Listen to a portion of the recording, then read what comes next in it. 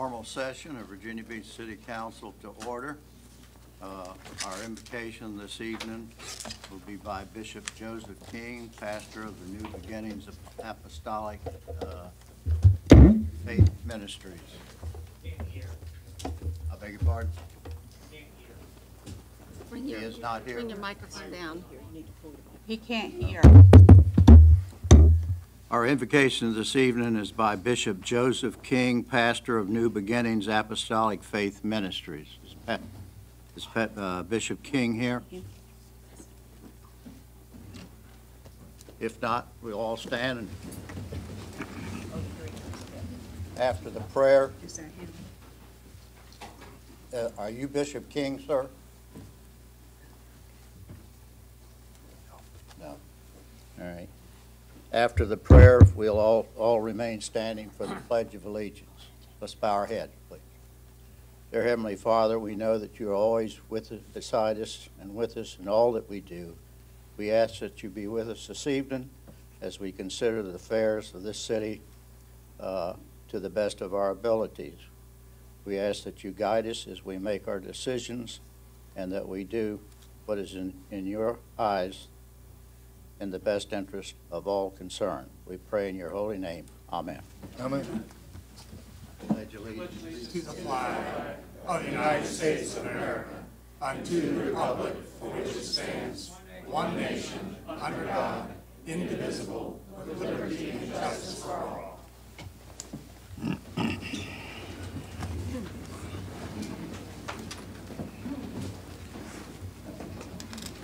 May I have a motion to certify the closed session? So moved. Second. Vote is open. By a vote of 9-0, you have certified the closed session to be in accordance with the motion for recess. May I have a motion to approve the informal and formal session minutes of June the 5th, 2018? So moved. Is there a second? Second. Any discussion? The vote is open. By a vote of 9-0, you have approved the minutes as submitted. May I have a motion to approve the special formal session of June the 12th, 2018? So moved. Second. Motion's been made and seconded. Vote is open. By a vote of 7-0 with Mr. Moss and Ms. Abbott abstaining, you have approved the minutes as submitted. Mr. Mayor, I'm abstaining because I was out of town on business travel and didn't attend that special session. Thank you, Mr. Moss. Mr. Mayor, Yes, I was absent for a medical emergency. thank you, Ms. Abbott. I will now go to the public hearing on the extension of cable franchise Verizon Virginia, Inc. Are there any speakers? Yes, Barbara Messner.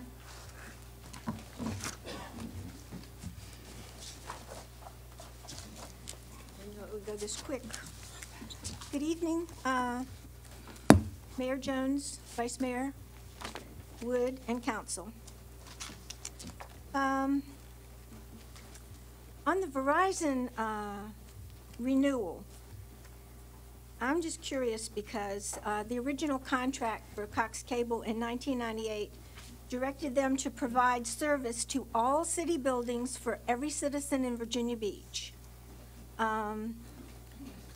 Many of us have been waiting for years to get Verizon because Cox seems to have a lock on it. Why does Verizon get the contract but not provide service to all homes in their city like Cox had to do?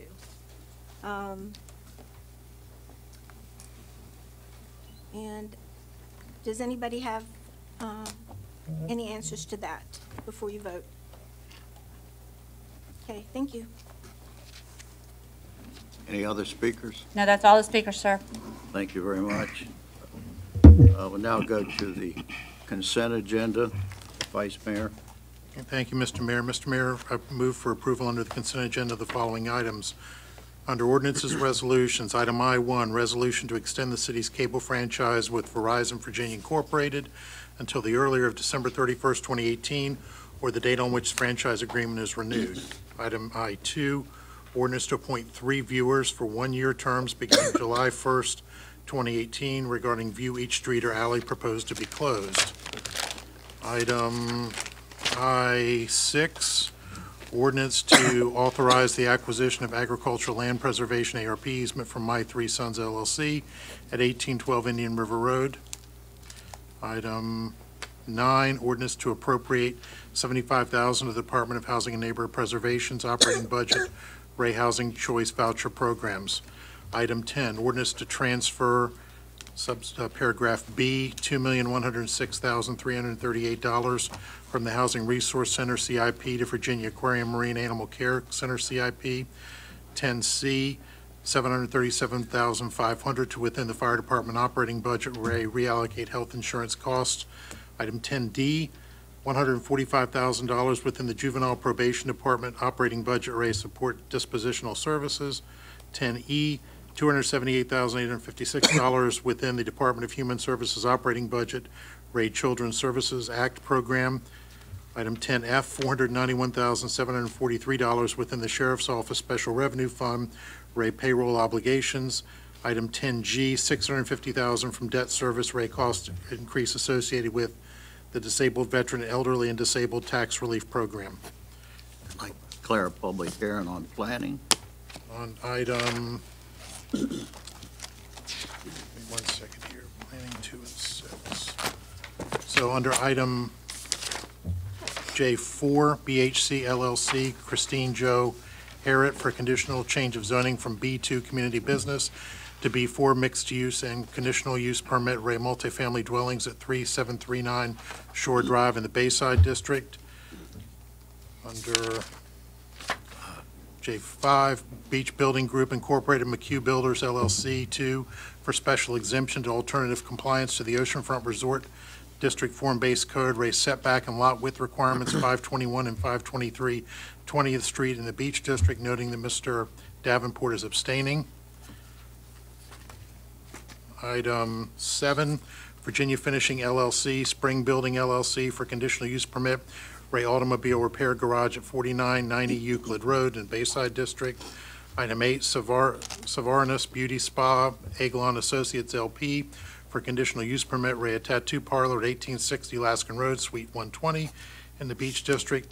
Item 9, Valvoline LLC, AH Sandbridge LLC for conditional use permit, Automobile Repair Garage at the western outparcel of 2105 Princess Anne Road in the Princess Anne District. Item 10, Holly Properties LLC, GOPA 2 LLC for conditional use permit, Automobile Repair Garage at 4300 Virginia Beach Boulevard and 417 Thalia Road in the Lynn Haven District.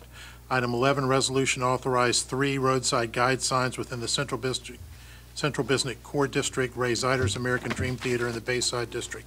So moved, Mr. Mayor. Is there a second? Made and seconded. Yes. May I just make one comment? I didn't want to pull it, but the speaker in the public hearing mentioned the fact that so much of the city is not eligible for Verizon at this time with the FiOS, and that they would hope that that eligibility and extension would play a major part in this renewal. But I think that was made, but I wanted to also mention that I had gotten some comments along that line.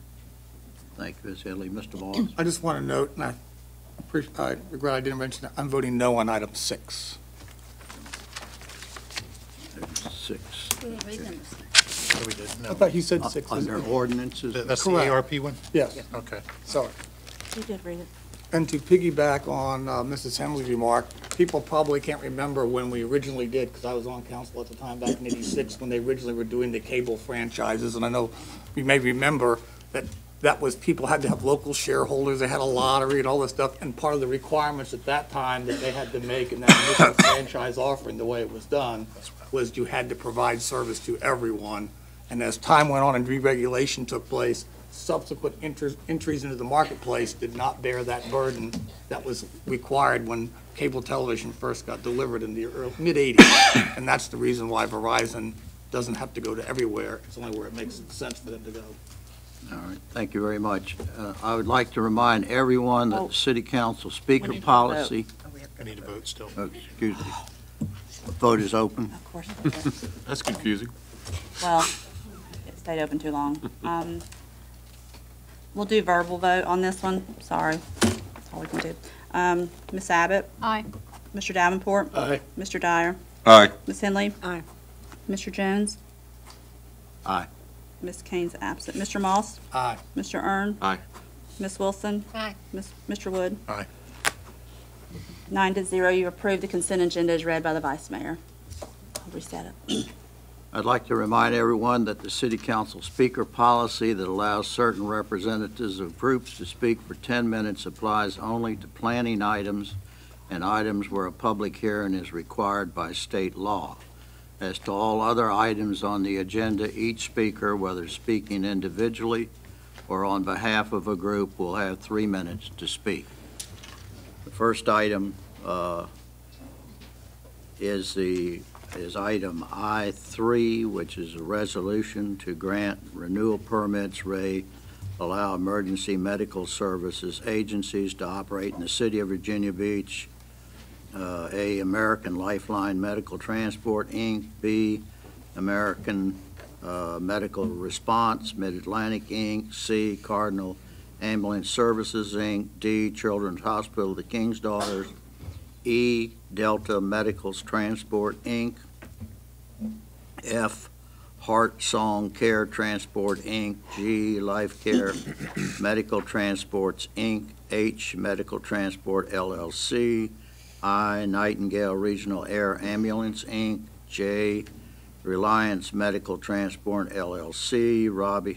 K, Robbie's Ambulance Service, Inc. L, Special Event Providers of Emergency Medicine, Inc. M, Swift Medical Transport. N, Tidewater Medical Transport, Inc. Madam Clerk, any speakers? We have one speaker, Barbara Messner. So much easier to speak when it's not a full house. Okay, good evening, Mayor, and Mr. Jones and Mr. Wood.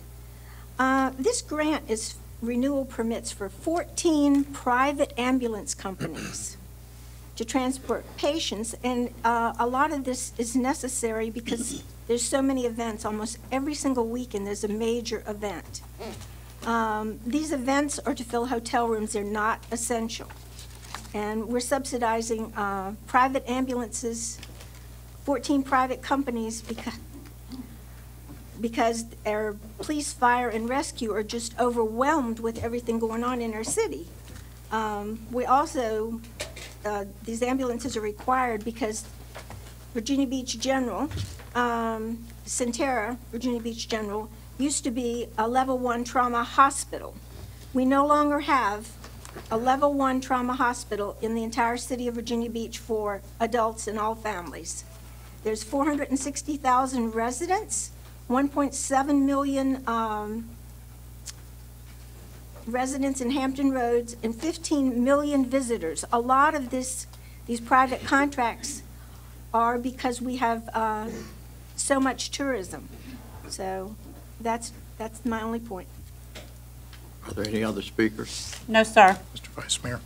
Yes, Mr. Mayor, I'm sorry. Mr. Vice Mayor. Yeah, thank you. First off, I'll make a motion to approve this, but I want to also set the record straight.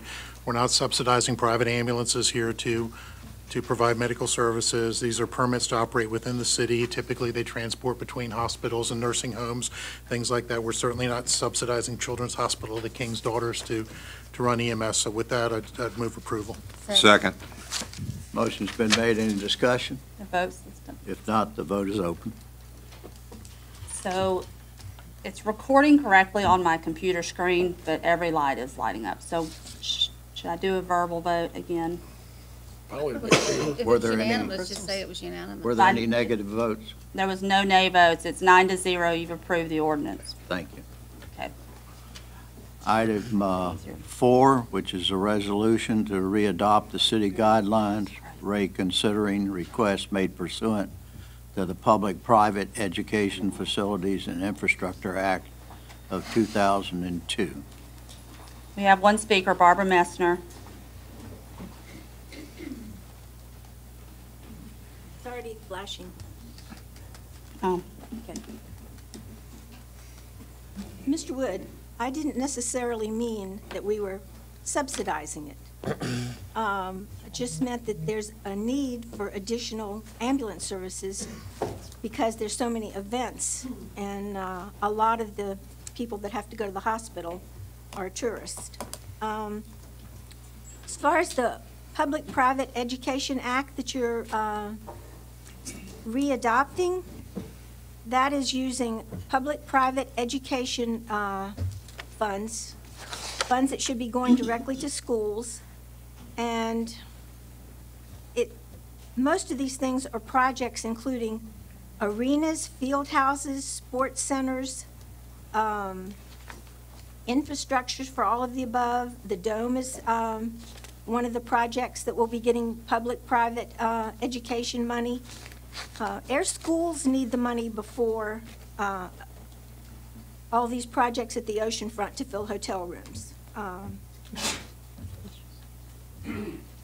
And since this involves some of these projects which are on city land, I would assume it would require a supermajority 9-2 vote. And also, Wilcox Savage was the attorney for the original arena project. They're also hired for this one, and even though Mr. Wood's son is grown and gone, he, on his own, he works for Wilcox Savage, which I think is a conflict. Thank you. Are there any other speakers? There are no more speakers. May I have a motion? So moved. Motion's been made and seconded. Any Any discussion, discussion? if I could, please? Thank you Yes, very if much. you may. Yeah, you may. this is, I'm not voting for this, and I'm going to explain to people why. If all these public-private educational facilities, infrastructure acts initiatives like the PIER, because this is an alternative procurement process that allows us to work with the Development Authority and have some relationships that aren't exactly characterized as free market, and it was all cash, I could say these guidelines are okay. But we use it as a vehicle to circumvent the charter's restriction on how we issue debt. Now, there's probably not many people out here in the audience that remember Sidney Kellum. I was just a small boy at the time. But I do remember Sidney at those pancake breakfasts over at Princess Anne Plaza, and many of you probably remember those too with Dodd Price and Ivan Mapp. And they talked about why we had a charter restriction on debt in our charter, because they were concerned about how much debt the council could issue without what? Having you co-sign the note, you as the citizens who pay it. This act, while well-intended at the state level, has been less than honorably used, in my opinion, to circumvent, along with the Development Authority, that charter restriction that you get to vote on. So we issue a sports center with PPE debt, we do a dome site, we do Sandler Center, all these 10, 40, 50, $60 million, but you never get to vote on it. Why? Because it's not backed by the good faith and credit of the city, it's issued by the Development Authority. So I'm voting no because I have mentioned many times here how I think all debt that's not revenue bond should be issued under our charter. That's a commitment between the General Assembly and you, the citizens. Now, the General Assembly did pass this, but we ought to have enough respect for the people who earn the money to honor the charter, and all the debt that we issue should be issued under that charter, and we shouldn't circumvent it by using the Development Authority and instruments like this to accomplish that. That's a principal issue. My peers here are doing nothing illegal. That's their own standard. I'm just explaining my no vote. Mr. Davenport. Councilman Moss, we have the same philosophical arguments almost every time this issue is brought up. The PPEA process is used in every city in the state of Virginia. We have used it extremely successfully. Evidence of that is our AAA bond credit rating from all three credit rating agencies, which of note, they note our conservative budgeting practices, our financial liquidity. All of those things show a very strong fiscal record. And so we'll have this conversation over and over and over and over again, it sounds like. And we will, because my parents taught me the ends don't justify the means. So we will continually have this philosophical difference. Your philosophy will be financially ruinous for the city of Virginia Beach. That's what elections are all about. Absolutely. All right, anybody else? The vote is open. By a vote of 7-2, you have approved the resolution. Thank you. Item 5, which is the ordinance to approve a term sheet, Ray Asheville Park drainage improvements, and authorize city manager to execute a cost participation agreement and agreement on sale of and dedication. Speakers? I had Ms. requested that Henley we would hear like- this after we hear the modification request, the Okay. planning item. With the, all right. Move that down, please. All right, we'll move this down, that item down to after we hear the modification request, at the request of Ms. Henley. All right. Item 7, which is ordinances, rate compensation to city council appointees effective July 1, 2018. A, city manager. B, city attorney. C, city clerk. D, city assessor. And E, city auditor. Madam Clerk? Mike Maskell. And the next speaker will be Tim Worst.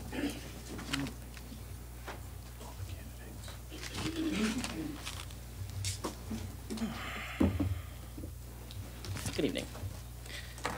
The United States Attorney General makes $205,700 a year, while the Virginia Beach City Attorney receives $222,989 a year.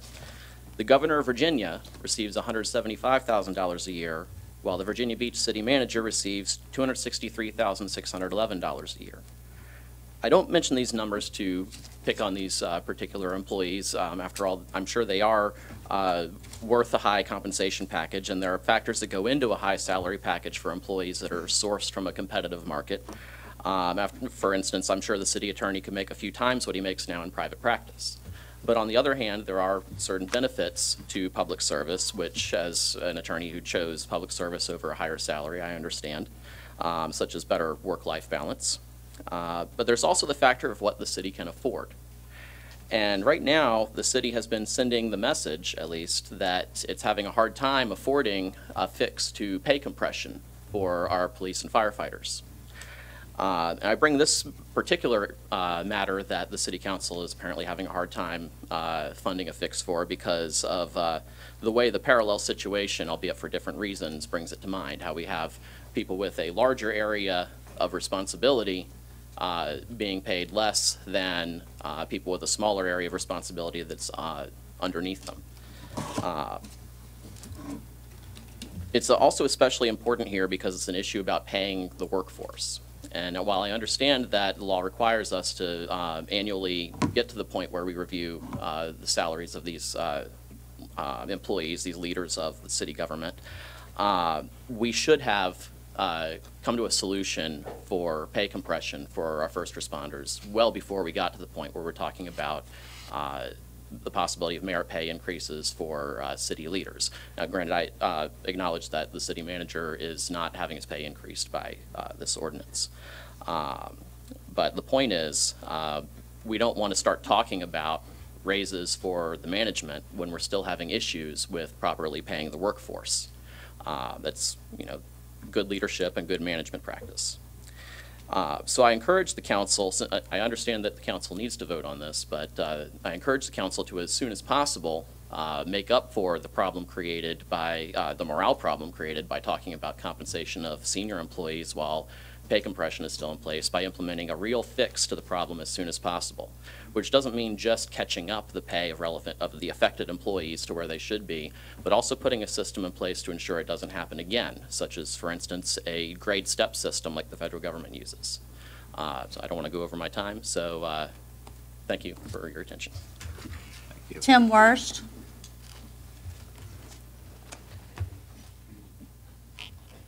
Good evening.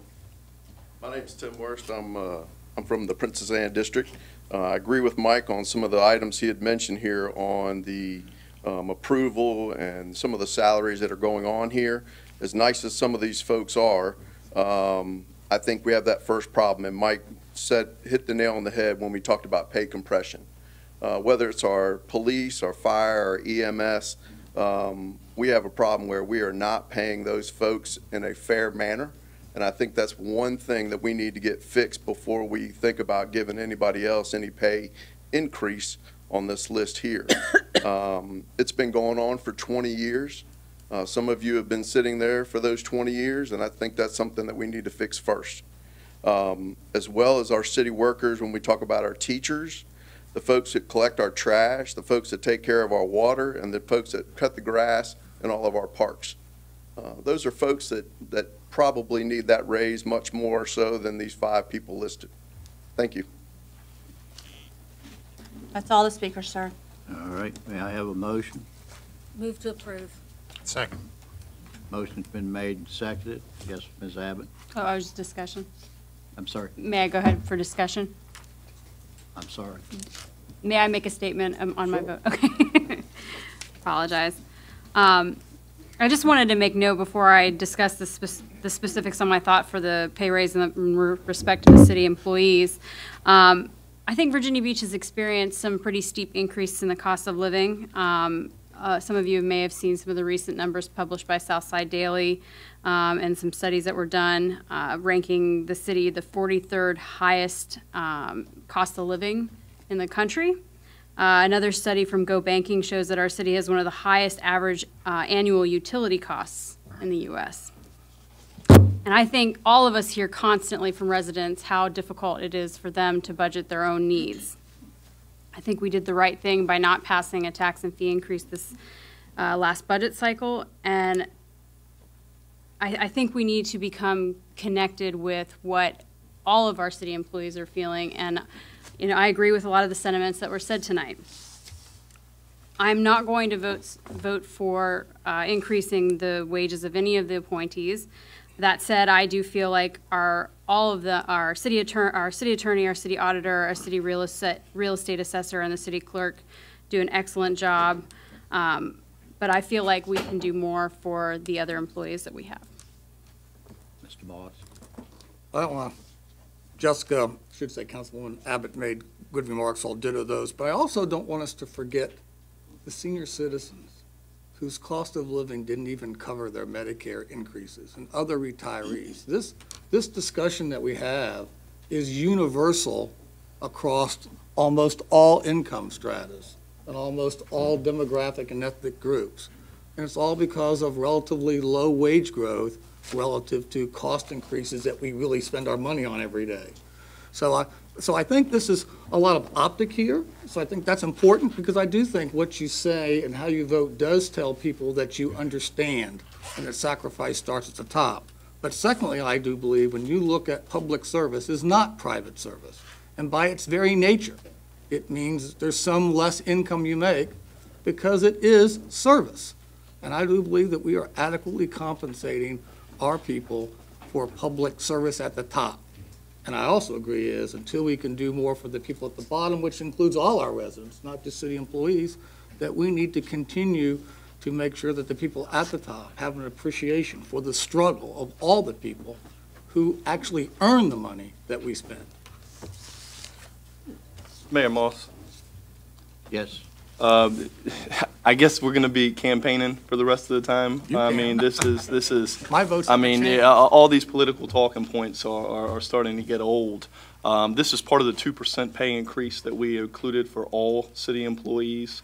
I guess if we're going to, continue to, spit out these political talking points for the rest of the time until November, it's going to be a long way to November. Mr. Abbott, Mr. Abbott. Apologize there, Ben. That's my father.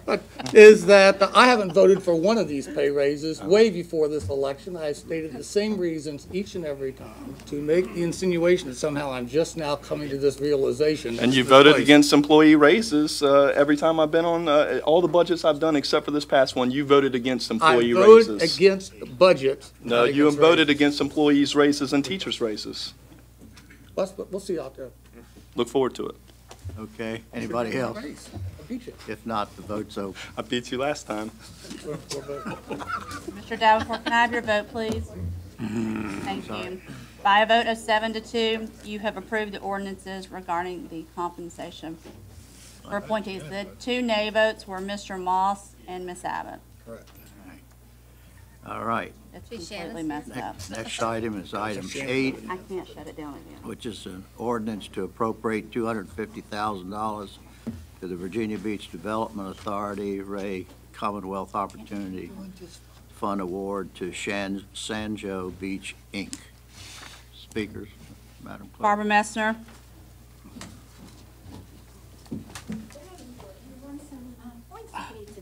Thank you.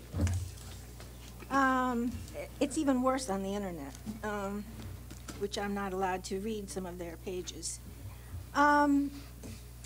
This grant, who read the name of the company? I think it's Sanjay Cortafina, the Spanish undersea cable company that has already received state and major grants and tax subsidies. You know, Mr. Moss, you talked about public-private, Virginia Beach economic development and public-private partnerships. This is a public-private partnership. You've brought up the problems with Virginia Beach Economic Development Authority members.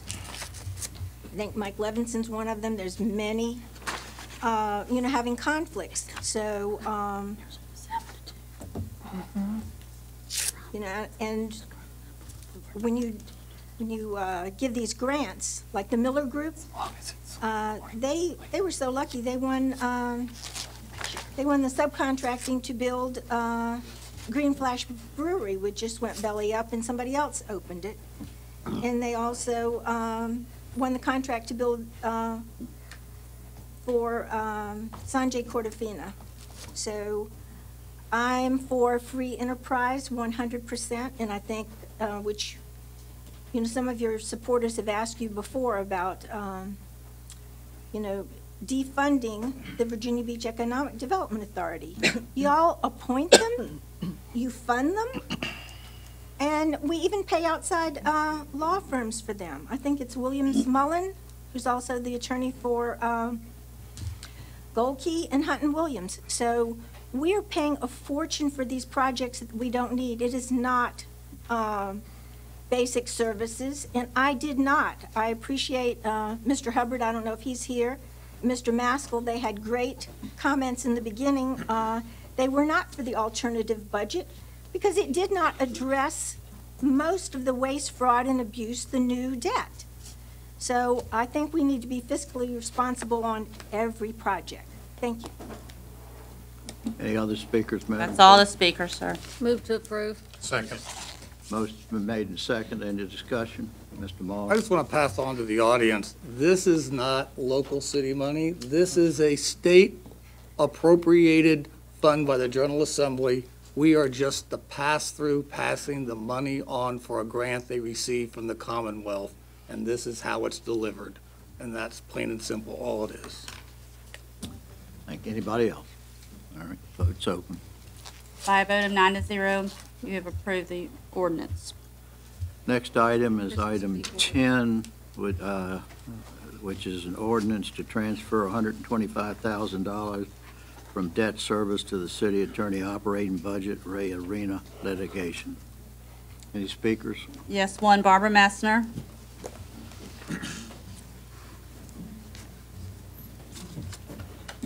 I hope we get new people on council so residents don't have to come up here and, object to some of these projects. This is a transfer from debt service. I don't care how you spend the money, where it comes from, etc. State money is our tax dollars. And under McCullough, we have $1.5 billion budget shortfall, which is for most of these projects for the Virginia Beach Economic Development Authority. We are paying for it, and we pay for the rent for Virginia Beach Economic Development Authority. We pay the salary for Warren Harris and his trips. So I resent you correcting me every time as if I don't know what I'm talking about. After 20 years, I do know a lot. And I do know that a lot of citizens are not happy. Okay, the debt, from the debt service to the city attorney's operating budget, an additional $125,000 for the new lawsuit by by the arena developers. Andrea Kilmer, USM, ESG, Mid-Atlantic Arena, they never had financing. They never had financing, so there wasn't a legitimate contract. They failed the deadline. The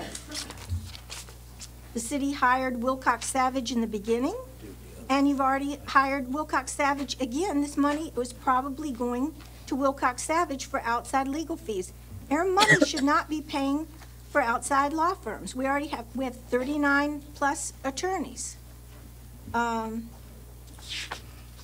Mark Stiles, I think his letter to, engagement letter to Wilcox Savage, who Mr. Wood's son happens to work for, and Mark Stiles came from, he's not here. That letter was March 2014. So we've been paying a lot of money for outside law firms, and you know, since you're so fiscally responsible, why didn't we get, you asked for the money to be returned, Mr. Moss, on the light rail, but our money wasn't returned, the $78 million infrastructure for the arena deal.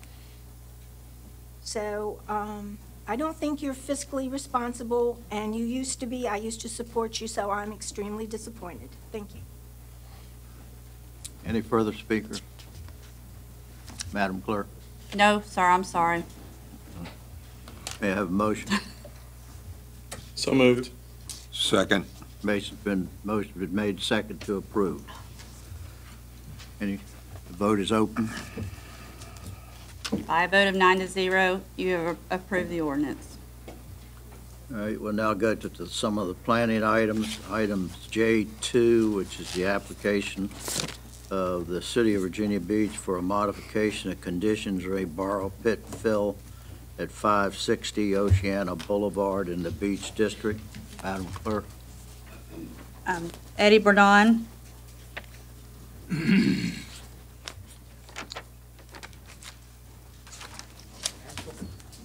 This is Asheville Park? No, Oh, This is the Borough number Pit. 2. This is the borrow pit. I'm sorry, I apologize. I apologize. Thought we were doing it in order. The first one is Buddy Lilly.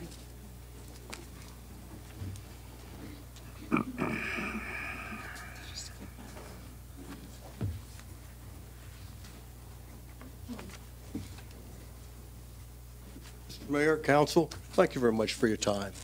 I ask you only one question about this borough pit.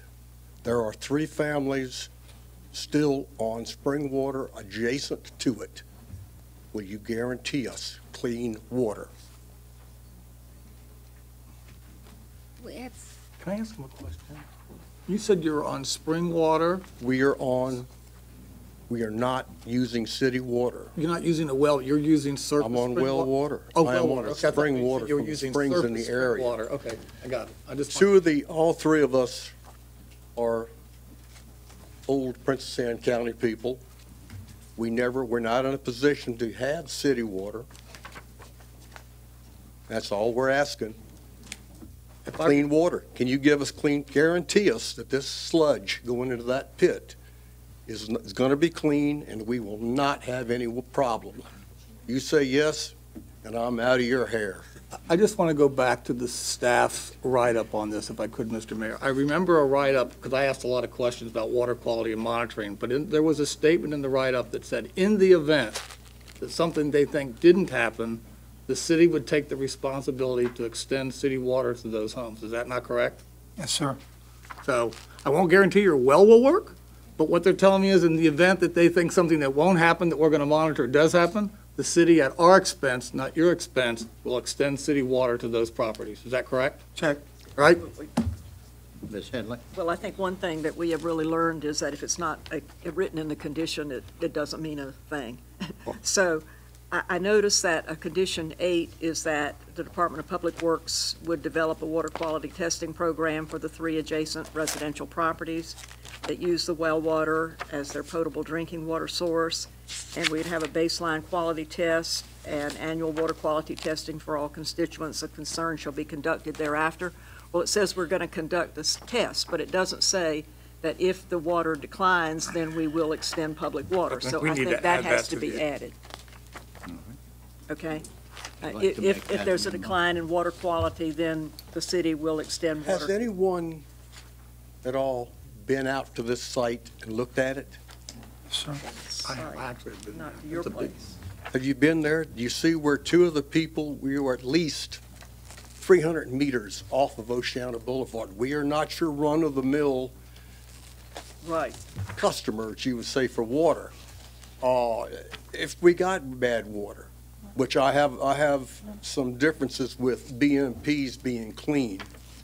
I've been in the dredging business. I have a little knowledge of it, but a clean BMP is kind of doesn't make sense. You've got street runoff, you've got oil runoff, you've got fertilizer, you've got grass, anything that's on the street.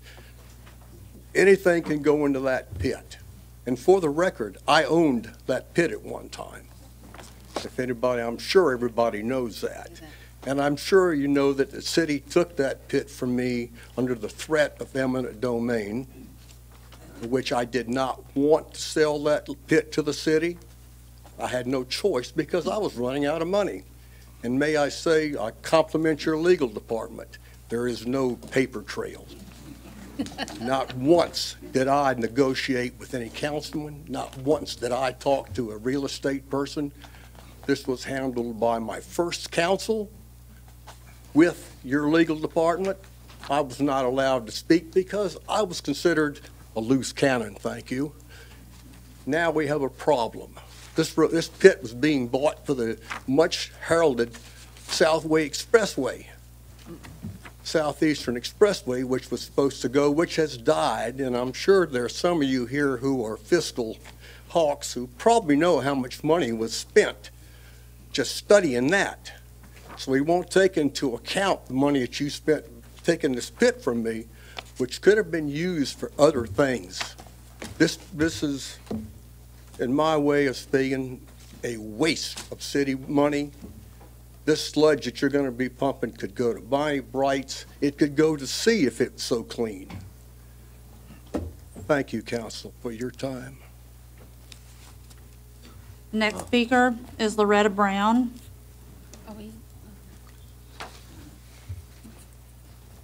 And after Mrs. Brown will be Everett Brun. Good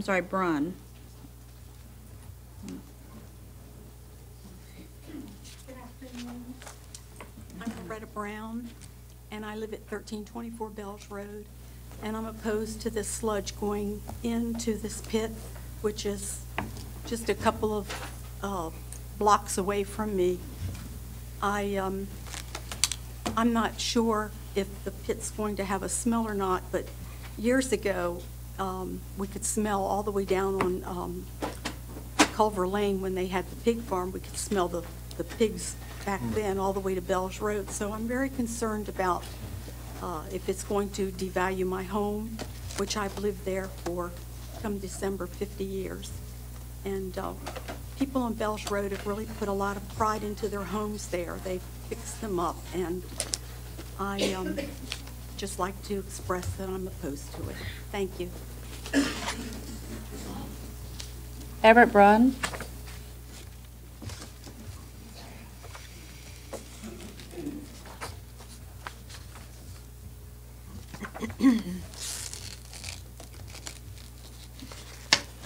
My name's Everett Brown. I live at 1195 Bells Road.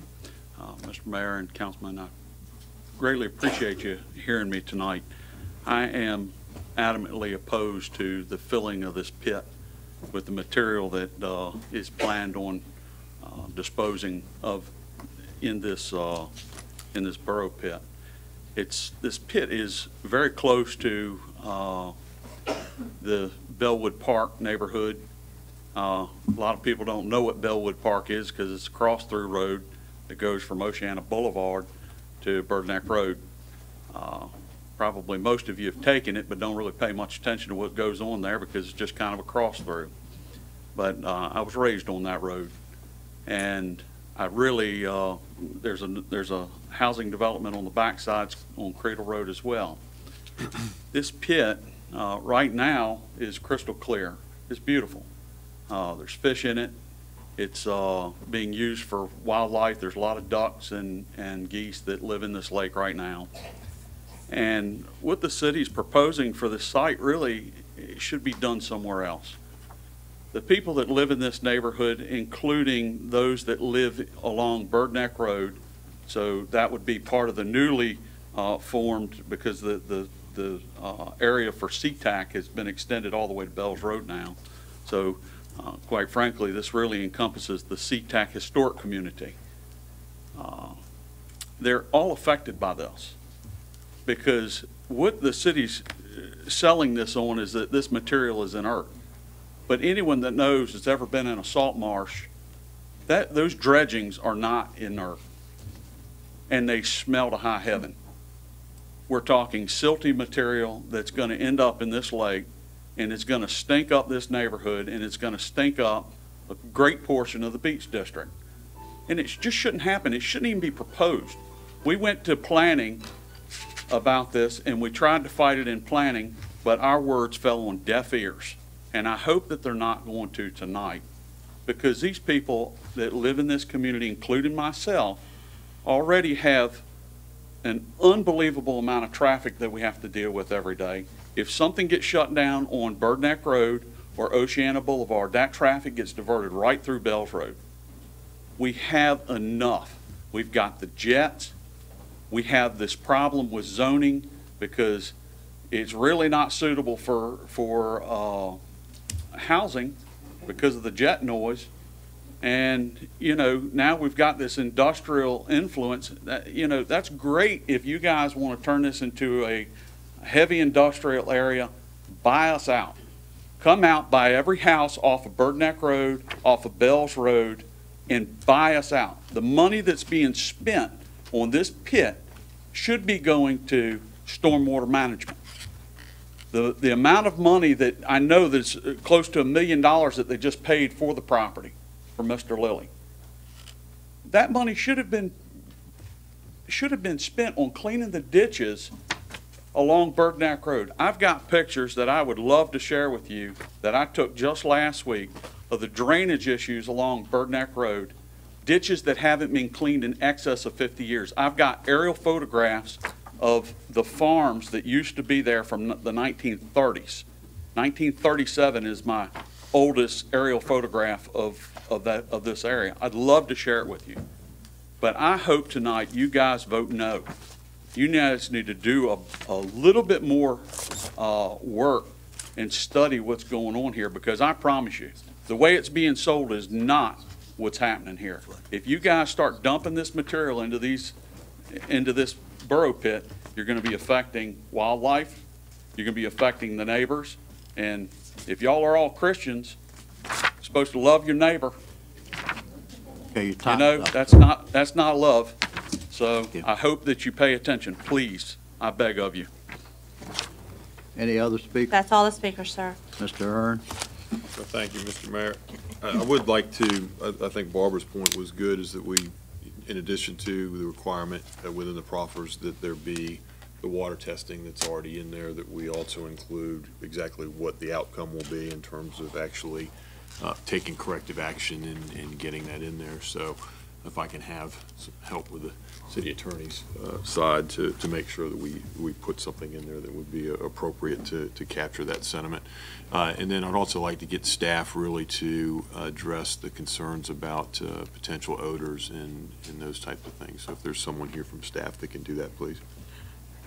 Just Yes, my comment was going to be, could we perhaps defer this until we get a staff report about this question? Because I was also wondering how the dredge material fits this inert, non-toxic, and non-hazardous, how we're going to assure of that. If it's simply dredge material, I would really like to have more information. It might be better if we can get that, and so the staff can. Then we could clear get these things up. Yeah, I think defer. Yeah, I'm really surprised that we really hadn't been briefed on this. Yeah.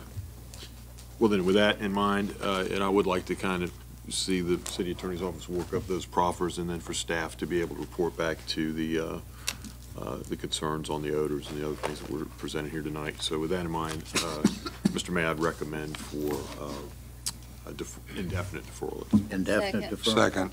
Motion's been made for an indefinite deferral. Any further discussion? Just one Yes, sir. discussion, and I have no indefinite deferral, but when we come back, I just want to know if that's going to be, if we need to be looking at other sites, is that going to be impacting our ability for any dredging things we're now doing with the canals and whatnot for, is that going to impact any of those contracts? So we need to be looking at other spoil sites. I don't need to know that tonight, but I'd just like to understand what time, it can't be forever, because if it's not here, we have ditches we want to clean and canals we got to clean, and that disposal site has to go somewhere.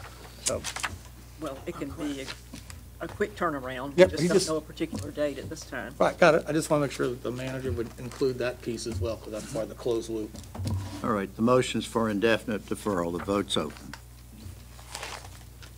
By a vote of 9-0, you have deferred this item indefinitely. All right. The next item is item 3, which is the Northampton Development LLC, Economic Development Authority, the City of Norfolk for a conditional change of zoning from R5D residential to conditional B2 community business at the north side of Northampton Boulevard, adjacent to and east of Premium Outlets Boulevard, Bayside District. Mr. Pradhan? Mayor Jones, Vice Mayor Wood, members of the City Council. For the record, I'm Eddie Burdon, Virginia Beach Attorney representing Northampton Development LLC. With me is Mr. Billy Milligan. He's the president of Livis Group Architects. They are the architects on this absolutely gorgeous project. And the Livis Group, I want to point out, is the oldest minority-owned practicing architectural firm in the Commonwealth of Virginia. And I'm going to have Mr. Livis explain to you all, go over the plan with you, and I'll take care of the wrapping it up. Mr. Livis? Good afternoon, Council. My name is William H. Milligan III. I have a primary residence at 1029 Fairlawn Avenue, and that's in Virginia Beach, Virginia, in the subdivision of L&J Gardens. As was mentioned, I'm the president of the Livis Group, which is an architectural firm, and I grew up in L&J Gardens and attended Bayside Elementary, Bayside Middle, and graduated from Bayside High in 1991.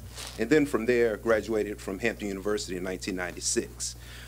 My father, who's also a principal, emeritus principal, if I could use the terms, has lived in L&J Gardens for over 55 years, 1009 Dulcie Avenue. My firm has been engaged by the Northampton Development to help develop and to ensure the architectural concept and the quality of Burton Crossing. Just mentioning a little bit of my background just shows, before my firm would take a commission of some sort, I had a vested interest because L&J Gardens is my home. And so that's why I just had that prelude. But basically, our design's efforts have targeted the creation of a project that offers a strong sense of place and is aesthetically pleasing to the surrounding neighborhoods, complementary to the recent Simon Premium Outlet, and helps establish connectivity with the surrounding communities and amenities. Burton's Crossing's design will also feature superior architectural and landscaping, which will be achieved with using sustainable materials and high-quality materials as depicted in the proffered renderings, which my firm produced with the team. The village-style layout and the interior and exterior sidewalk network will create an inviting pedestrian-friendly atmosphere for Burton Crossing with connectivity to the surrounding pedestrian networks. One of the premises of design dealing with architecture is sustainability, sidewalks, networking, and as well as a sense of a community where you could walk and feel the community from that. So therefore, a village-style layout and interior and exterior sidewalk network will create an inviting pedestrian-friendly atmosphere and will connect with the surrounding pedestrian networks. So one of the things that we were going back and forth because these renderings didn't pop up overnight.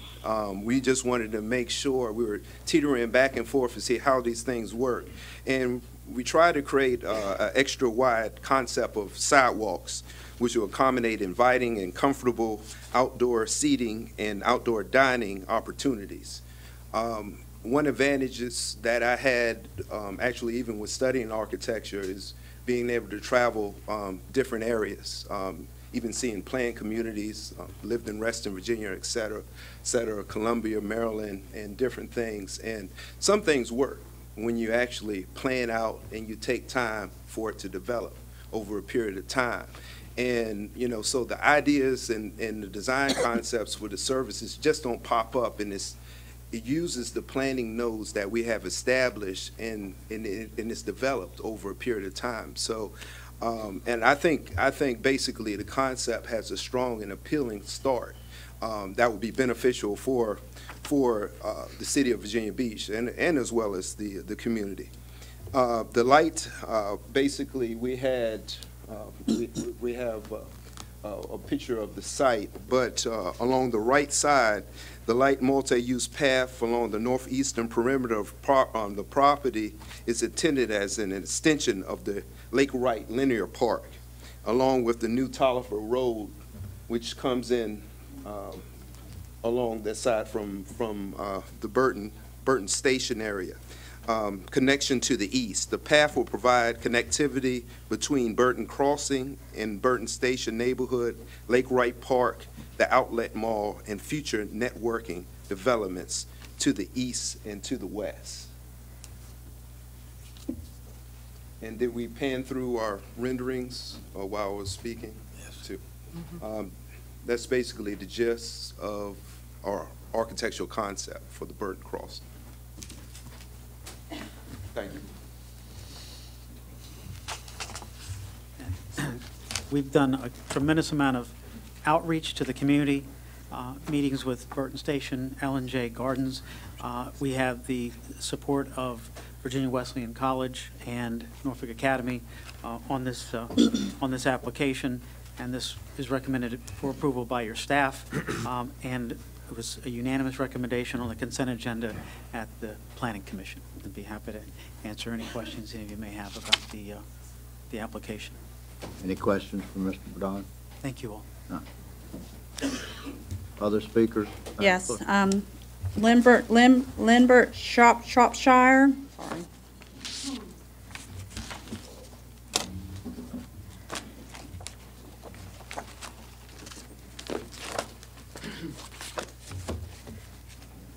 Welcome, sir. Hello, Mayor, Vice Mayor, Board. My name is Lindbert Shropshire. I have grown up in Virginia Beach, and I live in L&J Gardens. I grew up in that neighborhood, and every Thanksgiving of my life has been at 5908 Tejo Avenue, here in the 23455 zip code. So this development will be across the street from my house. I live there now on Tejo, which is parallel to Northampton, and I think it's been well thought out and is progress in the right direction.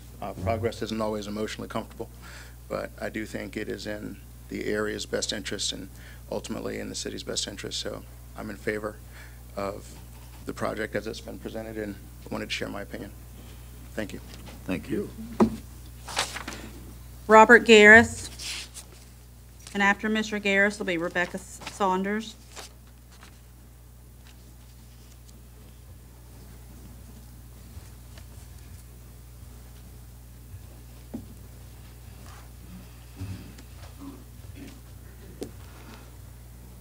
Good evening. My name is Robert Garris.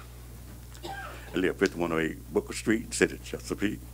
I'm also a property owner at Burton Station Road, 5826. To the mayor, the Honorable Louis Jones, council members, to all assembled here this evening. I stand here before you in support for a conditional change of zoning from R-5D residential to conditional B2 community business at the north side of Northampton Boulevard, adjacent to the east at the Premium Outlet Mall. I thank you very much. Thank you. Rebecca Saunders. Hello. It's a pleasure to be here, and thank you for the opportunity. My name is Rebecca Saunders. I live at 1008 Dulcie Avenue in J Gardens, and I'm also the vice president of our Civic League. And with due respect to our neighbors, including Mr. Mulligan, who lives across the street from me, I do think that basically the use of the land, which is part of the conditional rezoning, makes some sense. However, given that it is conditional rezoning, I don't think that all of the conditions have been resolved or addressed, particularly that with regard to traffic and more traffic on Northampton Boulevard. Right now, there is a neighborhood that has been there for over half a century, and residents live on Northampton Boulevard, on both sides of Northampton Boulevard, and this project is inconsistent with that, given the traffic demands that are already happening on Northampton. We know that traffic noise increases with the speed limit. The speed limit in front of those homes is 45 miles an hour, and it is almost impossible to stand on that street and not hear trucks and cars gear up to 55 miles an hour, which is just down the road. It seems silly because on the other side of Wesleyan Drive, the speed limit is only 40, and on this side of Wesleyan, the speed limit is 45, and then a block away it's 55.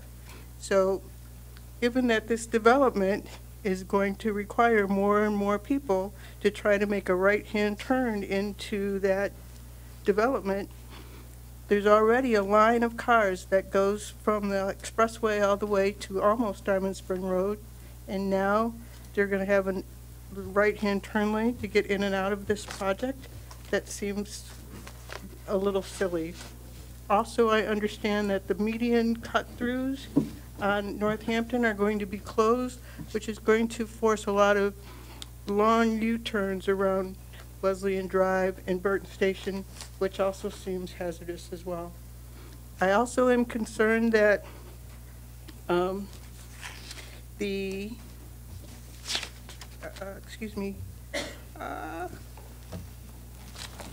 it seems as though that both the city and the state have questioned the traffic impact of this project, and so I think in terms of waiting for those issues to be resolved would be appropriate, and until that happens, I'm opposed to this project. Thank you. Delcino Miles. And after Mrs. Miles will be Jackie Bone.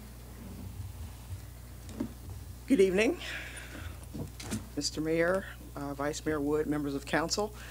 I'm Delcino Miles. I'm a lifelong resident of the Bayside District, and I'm also a family member of several of the Burton Station residents, and I do need to fully disclose I have been on the consultant team that's working with this, but I'm here as a family member.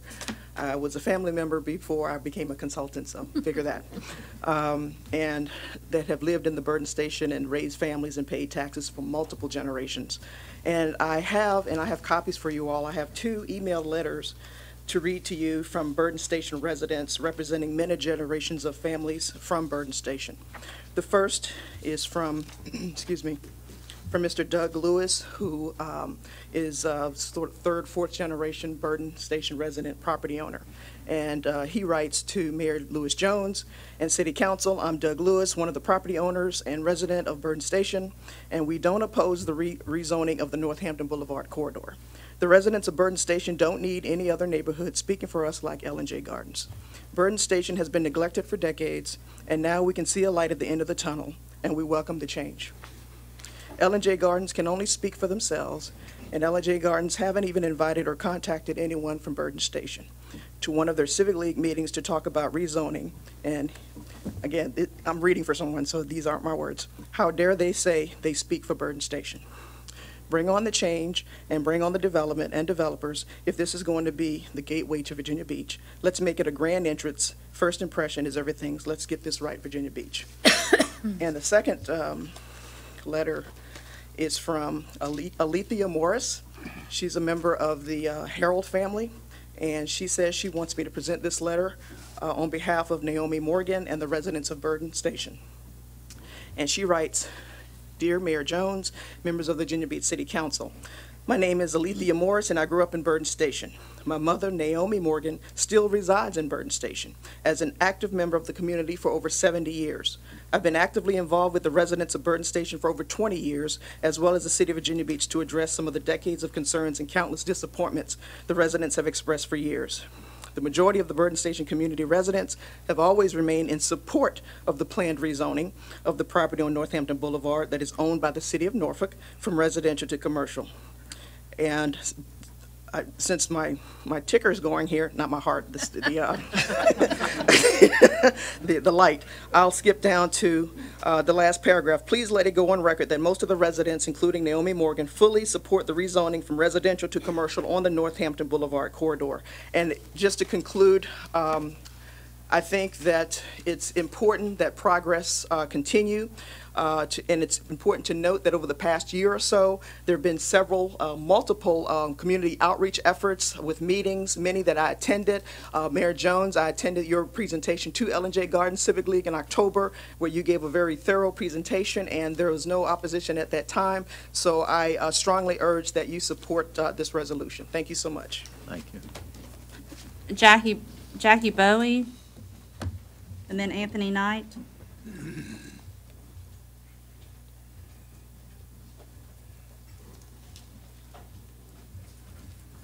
Good evening, Council. Tonight, you've heard some very interesting tales about L&J Gardens. I live in L&J Gardens, been there for almost 60 years. Grew up in L&J Gardens when it was Princess Anne County, the first major black development, right there at the corner of Virginia Beach and Norfolk. In that neighborhood over the years, we produced doctors, lawyers, pharmacists, teachers, educators out of this community. In a way, we've been a success for minority development over the years. Right now, we feel like our neighborhood is under attack.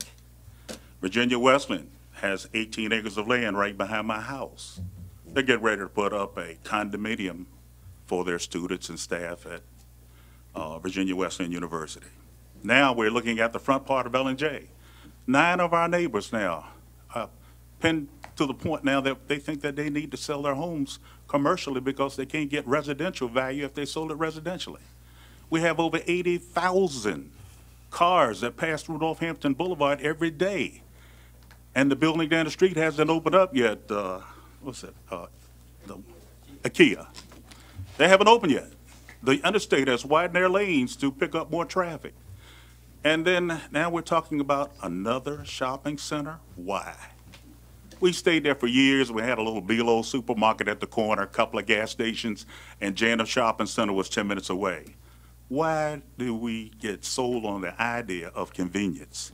Everything that says progress does not represent progress. Sometimes it takes away from the people that pay their taxes and have believed in the belief of this city that they will have homes to retire to and be comfortable in their own homes. The city right now, I believe, is under attack by real estate developers who are licking their chops every day to take a slice here and a slice there to build more apartments and condominiums, because I understand. They took 2 of our houses in L&J and put a 30 or 40 family unit there. That's a lot more money for the real estate developer. And my land then becomes more valuable to them than maybe even to me. It's sad that people have to get to the point that they need to sell commercially or get it rezoned to take advantage to get a fair break of even trying to sell their homes. I'm asking the city to look at us, to see our developments. Now, Billy Milligan grew up in my neighborhood. He showed us the Rose Garden. He didn't say anything about traffic that would be increased. He didn't say anything about roads that would have to be constructed. Also, if you look at Northampton Boulevard, out of the entire structure of Northampton Boulevard, the busiest part is really right in front of L&J Gardens. It intersects. The most traffic volume comes through that sector every day. We have residents that have a difficult time in getting in and out of their driveway. We've got to do some change, but it doesn't mean put a shopping center up to think it's going to fix all the evils. We have to do change, and sometimes the city just has to say no to development. Every development doesn't mean it's a positive look. Thank you, Council, for sharing your time. I see Ms. Abbott over there came to our meetings, the Bears come to our meetings, and Mrs. Henley. You're a special lady. And the reason why I say that, never met you personally, but I can identify with you because you are one of the original persons that lived in this community for a number of years. Your family is synonymous with success in the Pongo area, and I can understand how you love this city. And I want you to love us as well. Thank you. Anthony Knight. And then after Mr. Knight is Pamela Riddick. Mr. Mayor, Vice Mayor, Councilman, good evening. Following Mr. Bowe is easy because he's stated everything that I needed to talk about. He's given you the historical, so I just need to emphasize a few points here. I think our main concern is the traffic, pedestrian traffic, the increased vehicle traffic, and I would take you back to when Wesleyan Drive was being widened, and they came with the proposals and talked to us about Wesleyan Drive, and it ended up unlike what we thought it was going to end up. We were kind of sold a pig in a poke there. I hope that doesn't happen across the street. You know, it just did not end up as what we were told it was going to end up as. Also, I would caution the approval of the college down the street, Virginia Wesleyan College, because I think those students come and go every 4 years, and I'm not sure how many of those professors live in Ellen-J. Gardens, so we're going to be more affected by the development.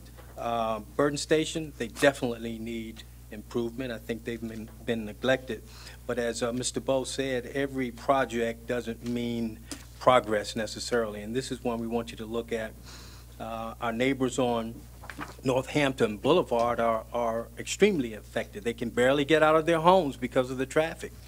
The IKEA that's coming up, they've already put up 2 additional lights within a block or 2 of each of themselves for the new IKEA. That's going to be an enormous amount of traffic coming from that side. So I don't know how we're going to control all of this traffic getting in and out, all the foot traffic, the pedestrian traffic. I'm now seeing people going through my yard, just a lot of foot traffic because there are more places to go to and things to do across the street now. And so I will end with this thought, Mr. Mayor. Your opening prayer, you asked for guidance to make the best decisions for all involved. I would ask that you would invoke that this evening and that you all would think about the residents in Ellen-J. Gardens. Thank you. Pamela Riddick.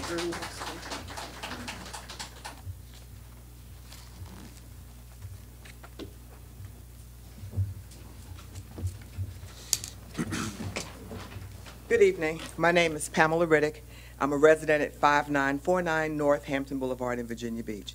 As a longstanding resident of Virginia Beach, as a matter of fact, my father built my home and developed Ellen-J. Gardens in 1950, when the area was all rural. Almost 70 years later, when it is no longer Waterworks Road, but Northampton Boulevard, we have an Ellen-J. community that is privately tucked away as a neighborhood. And then we have my neighbors and me, who face the extremely busy Northampton Boulevard corridor that has become 90% commercial.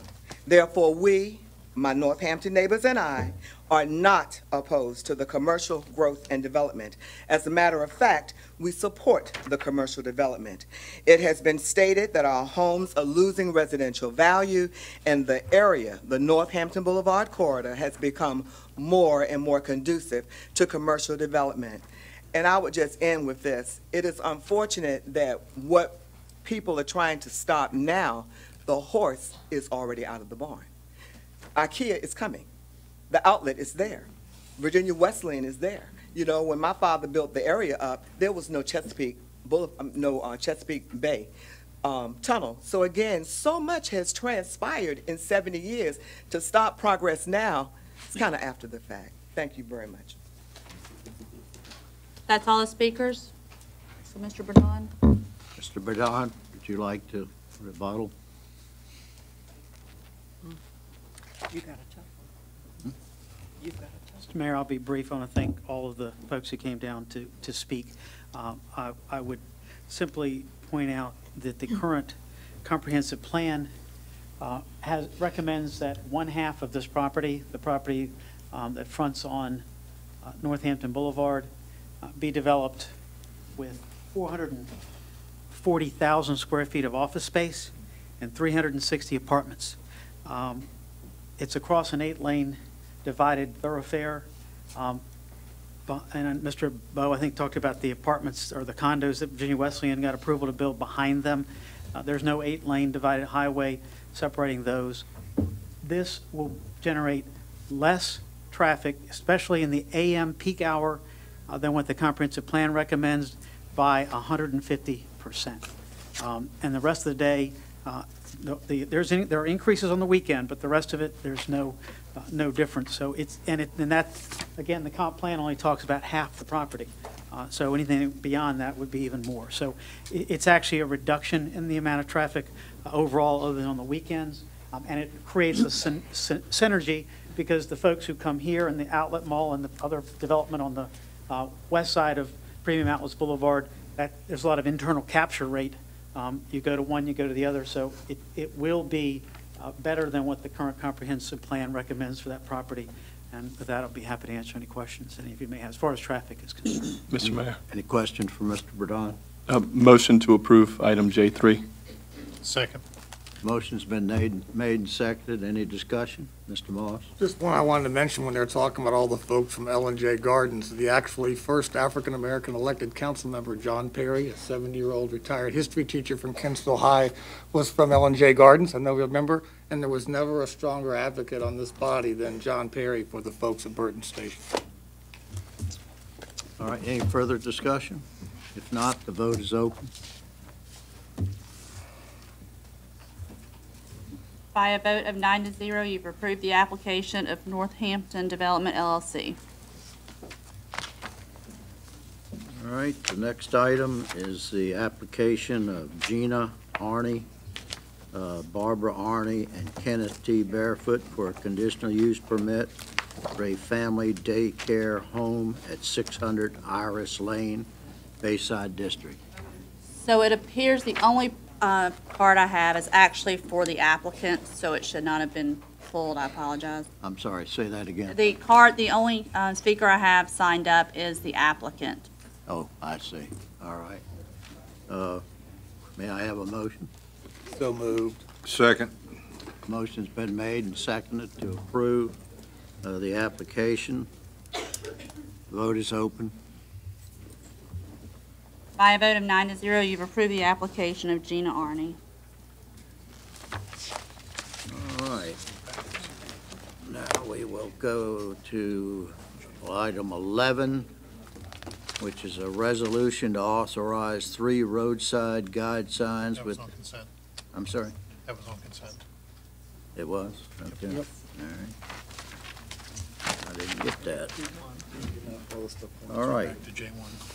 The next item is the application J1 HOFD Asheville Park LLC for a modification of proffers of a conditional rezoning at the north and south sides of Asheville Park Boulevard, approved on February 24, 2004, and modified on May 10, 2005, and February 14, 2012, in the Princess Anne District. Eddie Burdon. Thank you, Ms. Barnes. For the record, my name is Eddie Burdon. I'm a Virginia Beach attorney, and I'm here. It's a pleasure to come before the council representing Home Federal. With me tonight is Mr. Chris Folger, president of Home Federal, who's flown in today, or actually last night, for this meeting. Home Federal is the current owner and the current developer of Asheville Park. This is an application not to rezone any land. It's not a rezoning application. The zoning was in place when Home Federal purchased the property. It is not for an increase in density. This is not an application to increase the density in Asheville Park by 1 single unit. Simply, this is a request to modify the proffered plan that Home Federal inherited when they bought the property. The modifications are to move units, essentially, from lower, less well-drained soils in Village E and some smaller 7,000 square foot lots in Village B to the highest and best drained property in Village C and 3 units into Village D on larger lots as it pertains to the Village B lots. It is also to change the footprint of the development to reduce the developed area by just under 10 acres and to increase the amount of open space within Asheville Park by just under 10 acres.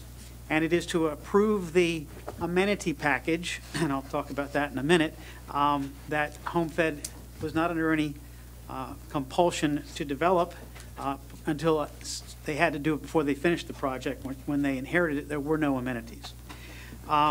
As Tom Leahy represented in the informal briefing, HomeFed bought this property from Wells Fargo, which had had it for some time after having taken it back from the original developer. Home Federal has never come to this council and asked to change the plan before tonight. The change to Village B that was referred to earlier was done by Wells Fargo to eliminate the age-restricted aspect to Parcel B4 long before HomeFed was in the picture to buy the property. When HomeFed bought the property, they did their due diligence. They reviewed the approvals. They reviewed drainage plans, drainage construction plans that were submitted by the previous developer, by their engineer for the previous developer. Those plans had been reviewed by the city, approved by the city, bonded by the developer. Then they were constructed, inspected by the city, and accepted by the city and dedicated to the city. Those drainage improvements run right down the middle of the development and were designed to facilitate drainage for the entire development.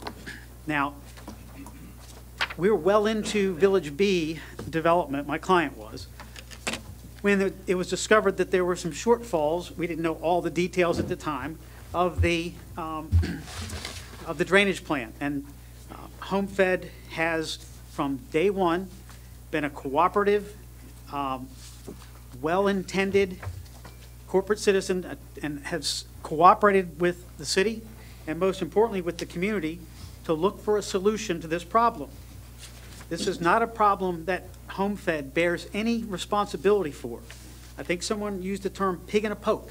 Well, unfortunately, this is the city's pig in a poke. HomeFed, if they had put this in place, if HomeFed had been the ones who had hired the engineers, had any privy of contract with the engineers, had put these improvements in place that were substandard, HomeFed would have fixed them. But HomeFed doesn't have any responsibility because they didn't put those in place. But that doesn't mean HomeFed is going to walk away. They've never even come close to doing any such thing. In fact, HomeFed, even though they had no responsibility to do so, went forward and put in all the amenity package while this has been delayed for going on 3 years while the studies were being done correctly. The city spent $750,000 studying how to fix the drainage problem, the drainage system that the city owns. And we've been there cooperating, trying to seek to help make this thing happen, and most importantly, to protect the residents who are out there, whose homes are there. We're subsidizing the fees to maintain all the common areas, which they are huge, and the amenities, the pool, the clubhouse, all the things that were built when they didn't have to during the period of time that this whole thing has been pending. So the idea that HomeFed is somehow to be penalized when they've done nothing but cooperate, and it's coming before us, before the council tonight, seeking to participate as the city has encouraged us to do and as they have done for almost 3 years. That's the reality. A lot of things about developers gotten this and developers gotten that, and there have been, all of these assertions by other people, and sometimes the press doesn't get it right, that we're asking to increase density. Nothing is further from the truth. This makes the development more efficient. It makes it a better development, easier to maintain, easier to for the people in the community to be able to afford to maintain all of the open space. And I'll jump to the cost participation agreement because the conversation in the informal. My client's offering to pay $2.75 million net towards the improvements that are estimated to cost $11 million, I believe, something along those lines. And they're willing to invest a whole lot more in developing Village C, again, to take the scarlet letter off of the homeowner's back. We know these drainage improvements will work. We are absolutely confident that the city, they hired the best people to do all the studies. We're absolutely confident that they will work. But if the city determines, as was discussed in the informal, to go forward on their own, the cost, I can pretty much guarantee you, is going to probably be more along the lines of $16 million or more. It will take at least twice as long for it to happen, because we all know that the private sector can do things a lot more efficiently, a lot more quickly, and a lot less cost. And that's what I was hearing in the informal, is how, we can go it alone. Well, if the city wants to put all the infrastructure in itself and pay for it, that's your call. But we're still going to be able to develop Village C and eventually D and E without putting any money in. This helps get it done quicker. It saves the city money, and I would, be happy to have that conversation with anyone, and so would our experts on our end. But it's really to get this done as quickly as possible and to keep the community viable, and that's what we're trying to do. It's in everybody's best interest to do that. I heard the statement made that in the informal that the council, the city owes it to the homeowners, and I couldn't agree with that more. We do owe it to the homeowners, but I would suggest to you that they're not the only ones that the city owes it to. I've never lived through all my life. I've never seen a situation where it would be suggested that we have a problem and we're only going to solve it for part of the folks who relied on those plans that were approved, inspected, bonds released, the whole 9 yards. We're going to prove it for them, but we're not going to do anything for somebody else who's trying to invest money to finish the neighborhood. That was zoned when they bought it, and not trying to increase the density by one single unit. Be happy to answer any questions any of you may have. Any questions for Mr. Pradhan? Ms. Henley? Just to clarify, you said that HomeFed has not come and been a party to any of the changes in the past. Yes, ma'am. Well, maybe our chronology that they gave us was wrong, but from what we had, I think it was on February 14th of 2012 that City Council heard the application to remove the age restriction in Village B. Yes, ma'am. And of course, that was done by Wells Fargo, but then a couple of days later, HomeFed purchased it. It was. But now, the question was asked because it had been suggested by the Planning Commission, who heard it before, that that before it goes to City Council, they should consider giving up some of the additional units that were granted to the development because they were going to be age restricted. And your response was, the statement was, we would attempt to do that, and as you know, I did make that attempt. As I believe you're aware, Wells Fargo said, and I guess they were acting for HomeFed, that no, they would not consider changing, or so they were Wells Fargo was asked acting to do for that. Wells Fargo, just to be very clear. Well, I know, but they must have had an option for. Actually, HomeFed. it was a third party that hired me that was associated with the Sandlers.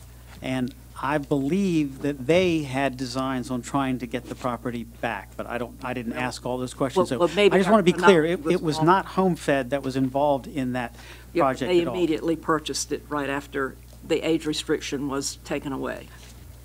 I'm not. Maybe our chronology is wrong. We'll have to check that. I don't know when they purchased it, but they weren't under contract to purchase it when it was done. Okay, well, just to clear that up then, because Did you, like it was were all you asking me a question about the well, they were losing the not a units? part. They were not a part of having the age restriction taken away. Correct. They were not. Absolutely, positively were not. Absolutely, were not. Thank you. But now, when they built the Village B, they were allowed, because they did not have to, or they did not agree, or whoever did not agree, to give back any of the 40-some additional lots that were granted because they were to be age restricted. They built 164 of the potentially allowed 169 Yes, ma'am. units. That is correct. And they are now asking to have that delta, that additional 5 units moved over into Village C, but this is after the fact. They had not applied for that before. No, actually, it's not accurate. The village, but I'm not really, I think where your big point is, I'm not arguing about, but when this application was originally filed, all right, the Village B was only about halfway. Matter of fact, they weren't even halfway. When this flooding problem came up, that's when Village B was only about 50% developed, and not all the lots had been subdivided at that point. So just to be clear, but that's not to suggest that they weren't already looking to have more larger lots than having the 7,000 square foot lot. So the intent of HomeFed was not, once they got into this, was really not to go to the full number of lots. So they did look at moving those lots, but they did that long before they were even halfway through the development of Village B. But I'm not going to argue with the assertion that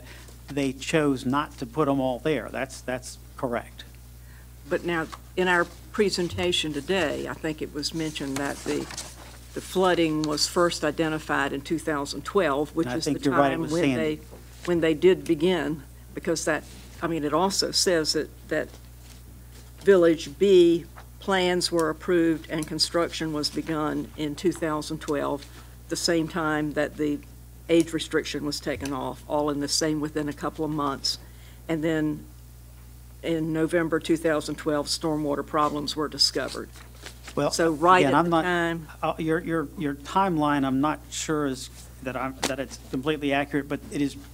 Sandy is when the first inkling that there was a problem, right. But that was again first discovered, and no one was hiding anything. We were trying to figure out what we, and frankly thought it was a lot of. There'd been no maintenance. I mean, there'd been a complete lack of maintenance under the years when it sat fallow. So that was the first thing. I mean, as anyone would do, and the engineers were retained to try to find the problem, and I won't get into it, but immediately HomeFed attempted to find out what the problems were, but it wasn't severe flooding at that point. It was street flooding at that point. And, well, no one had... Because there weren't any houses there yet. Not exactly. That's, well, I lived through Ash Wednesday, you lived through Ash Wednesday. I mean, there's a flooding, there's different variables.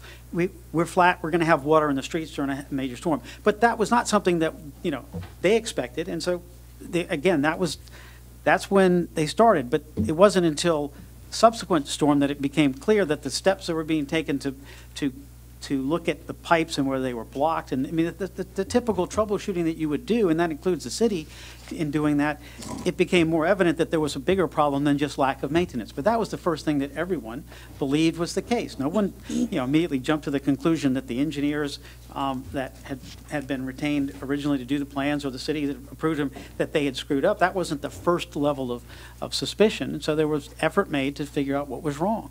But now, HomeFed did purchase and did begin construction in Village B at the time that the flooding was first discovered. All within they were that constructing same Village B. Village B was in construction at that time, absolutely. But now we're told now that what will have to be done in Phase 2 is the streets are going to have to be dug up and the pipes are going to have to be made larger. So Village B was constructed with these smaller pipes, knowing that it wasn't working. No, all the plans for Village B flowed from the city's drainage easement. I mean, that where all the improvements are, and that's where the problem, came, is we've got to hook into it. No one knew. Those plans had already been approved. They'd already been installed, the infrastructure in Village B, when the problem was discovered. So, and again, the initial discovery, there was because the problem is getting, as Mr. Leahy said, it's getting the water through that long distance to the outfall. And if HomeFed had any idea that problem existed, they would have stepped back and said, wait a minute, this has to get taken care of. So they didn't do something. And I'm not seeking to blame anybody. I'm just trying to understand. Nor are we. What's got to be done in the future. And if Village B wasn't constructed until after it was, everybody went ahead and built all those 165 houses, 4 houses, knowing that the area had a flooding problem. I'm just trying to figure out where we go in the future. Ms. Holmes, I do respect the fact that there are how villages D and most specifically E develop is. That's what I worry about. I'm not going to stand up here and suggest that you are in any way erroneous to have that worry. I mean, I'm not. But at the same time, and I don't believe the city. As a matter of fact, I'm confident the city's position is no worse with the approval of what's being sought today, and I think it may be better, but it's certainly no worse as it pertains to what happens with D&E. This neighborhood is in trouble financially if we don't get at least Village C developed, and to have it develop on the best land, have it developed, where the infrastructure is in terms of all the amenities, all of those things in our eyes, make sense. And we believe that ultimately the rest of it can be developed, but nothing you would be doing with this provides any, entitlement to Homefed beyond what already existed when they bought the property, nothing more. That's the second phase if it gets to that point. But we intentionally, city and Homefed have left that out of the equation. We certainly hope at some point that will be able to be feasible to do. And we'll also know more about how effective these improvements that are part of this plan are, which, again, we're confident there were some very, very, very fine engineers that worked on all this for the city, as well as Tom and his staff. But we believe, as the staff does it, this is going to have a very, very positive impact on the drainage, maybe even solve the problem, but we won't know that for years. But we've got to get it done first. Thank you. Thank you. The next speaker is Chris Freeman. And after Mr. Freeman is Sharon Prescott.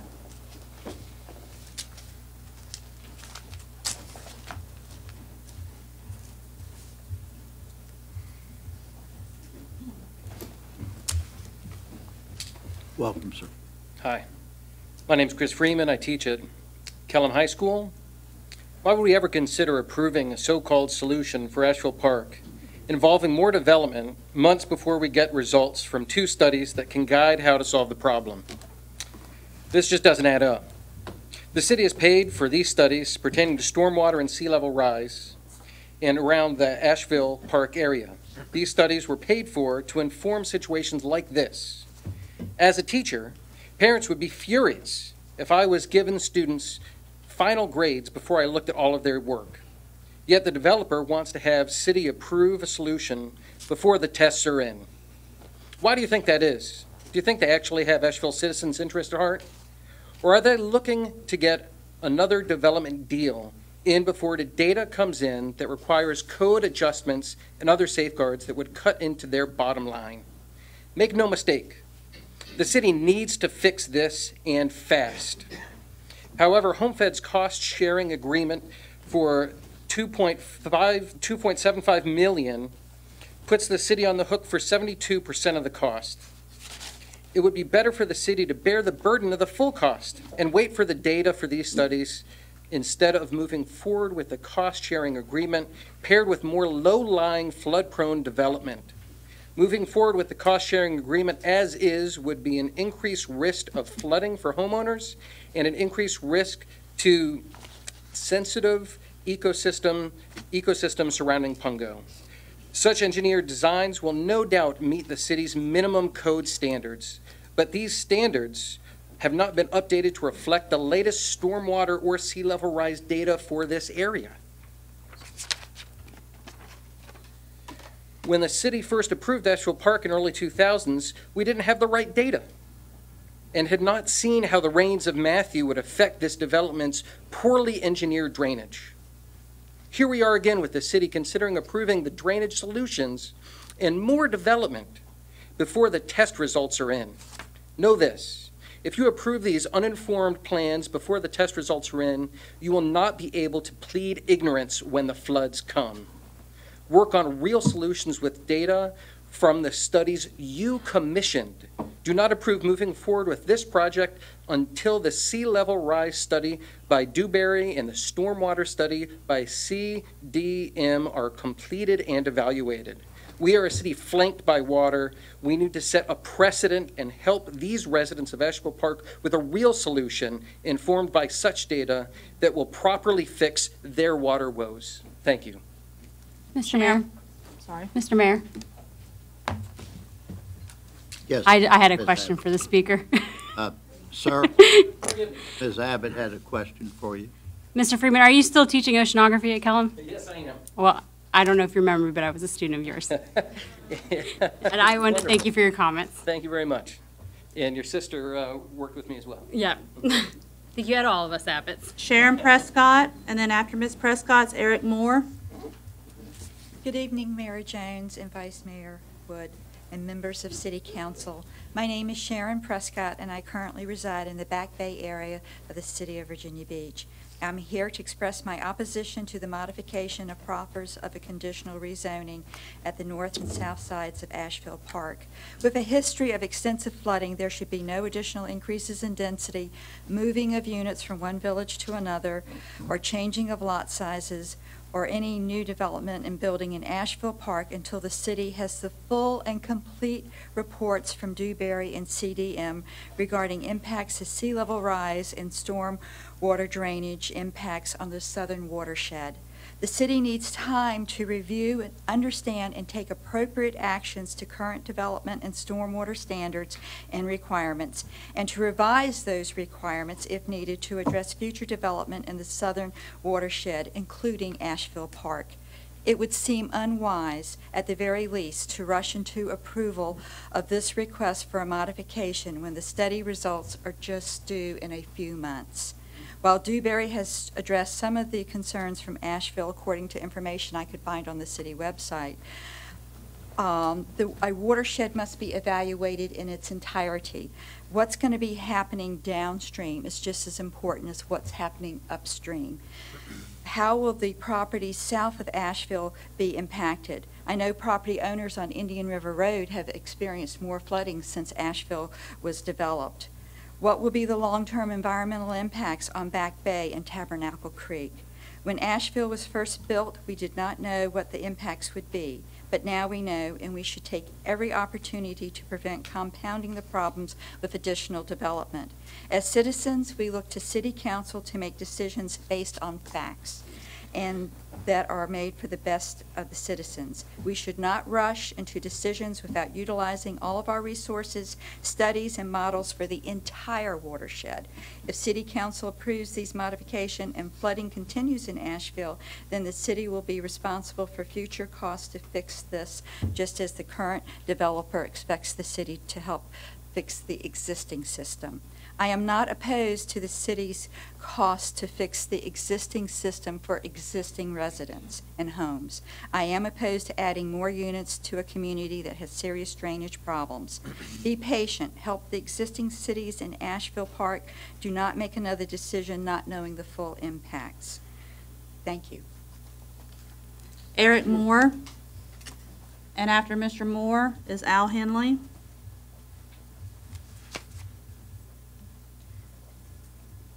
Good evening. My name is Eric Moore, and I live in the courthouse area, and I'm here to oppose the modification of proffers of rezoning for Asheville Park. So first, to be clear, I am not opposed to the city's cost to fix the existing system for the existing homes in Asheville Park, but I am opposed to any more homes being built or to moving any homes. If you stand on Princess Anne Road and look down at Asheville Park, and I've lived there a long time, it is obvious how much the land slopes down towards that bottom, and that is bottom. Okay, where decades ago the farmer used to farm that land would not even put his hogs down there because it was too wet. So The residents of Asheville Park were sold an idea of a great neighborhood. Okay, they are still selling that idea, and instead they bought a house in a neighborhood that floods with inadequate planning, and promises are now being made that it will be fixed. But you don't know what you don't know. And they didn't know what they didn't know back in 2005 when they started this. So around 2005, when the development was approved, they did not know what they did not know. And now I have to pay to fix it. Millions of dollars. Well, that woke me up, so now I'm here. So somehow now we know how to fix it. All of a sudden, we know how to fix it. So promises are being made, and taxpayers are footing the bill for the current residents. The current residents. Okay? Adding more homes to this development is not a good idea. It's a bad deal, and giving approval is setting a terrible precedent for future development, especially considering that the two studies that have been mentioned are due out this fall. And at the very least, those decisions or those studies will make your decision more informed. The water that falls on Asheville Park and the rest of the southern watershed does not flow into Chesapeake Bay. It flows south into the Albemarle. And in the summertime, the wind blows around here from the south. It's blowing right now. It's hot today because the wind's from the south. And that southerly wind blows the water from the Albemarle up into up north to us, and it floods here. Even when it doesn't rain, it still floods.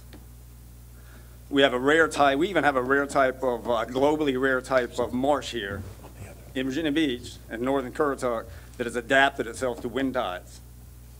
You know, it's only found here.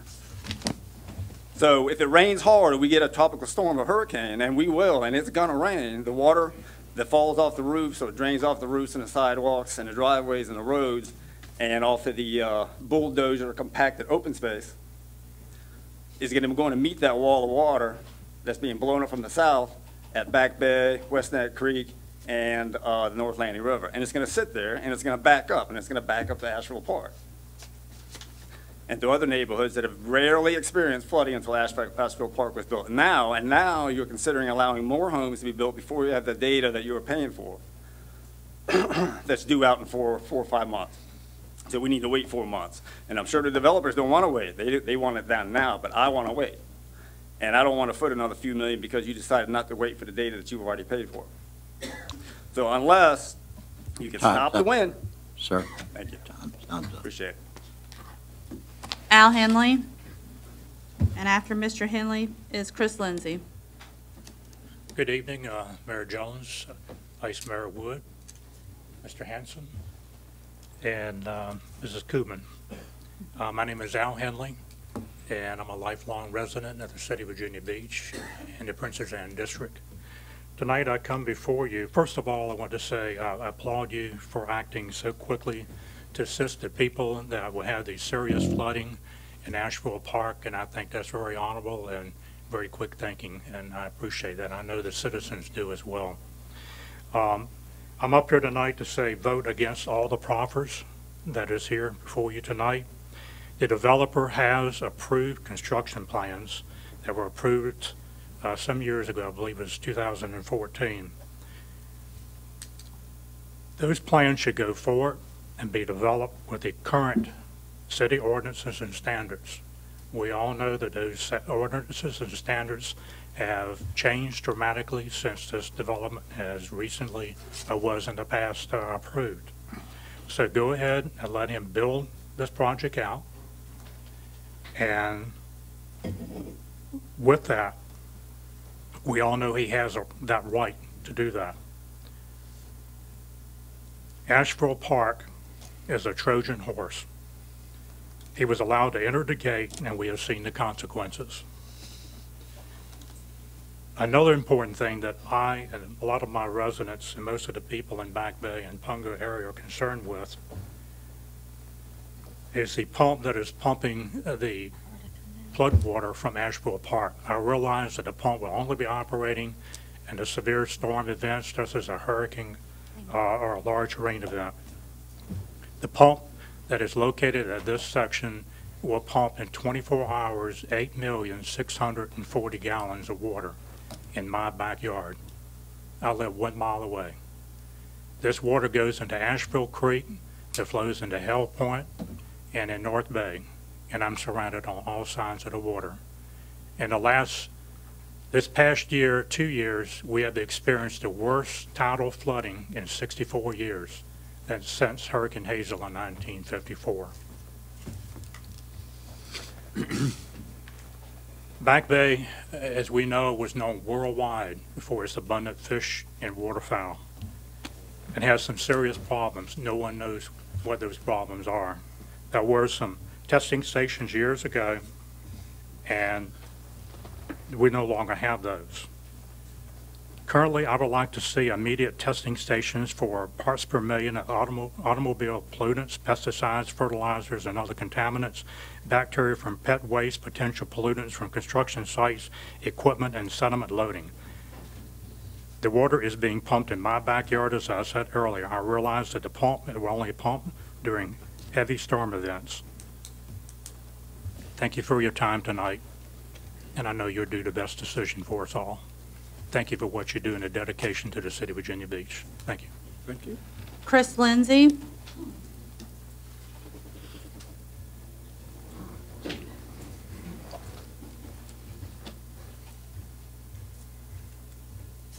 Evening. So I'm Chris Lindsay. I am a resident of Heritage Park. My house overlooks or is adjacent just to Village C, so we do have a extreme interest in what goes on back there.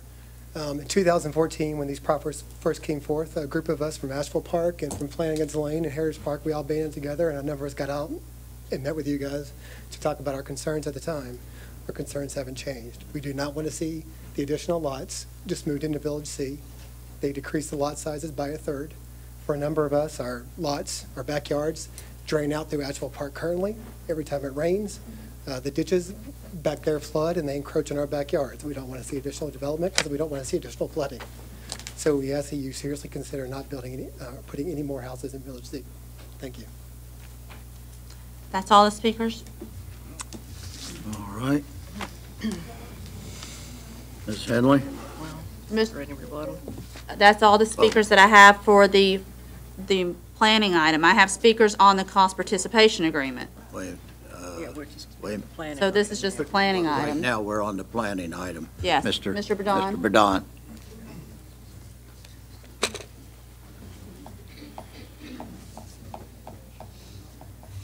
You're going to have a long evening, it looks like, so I'm going to be brief.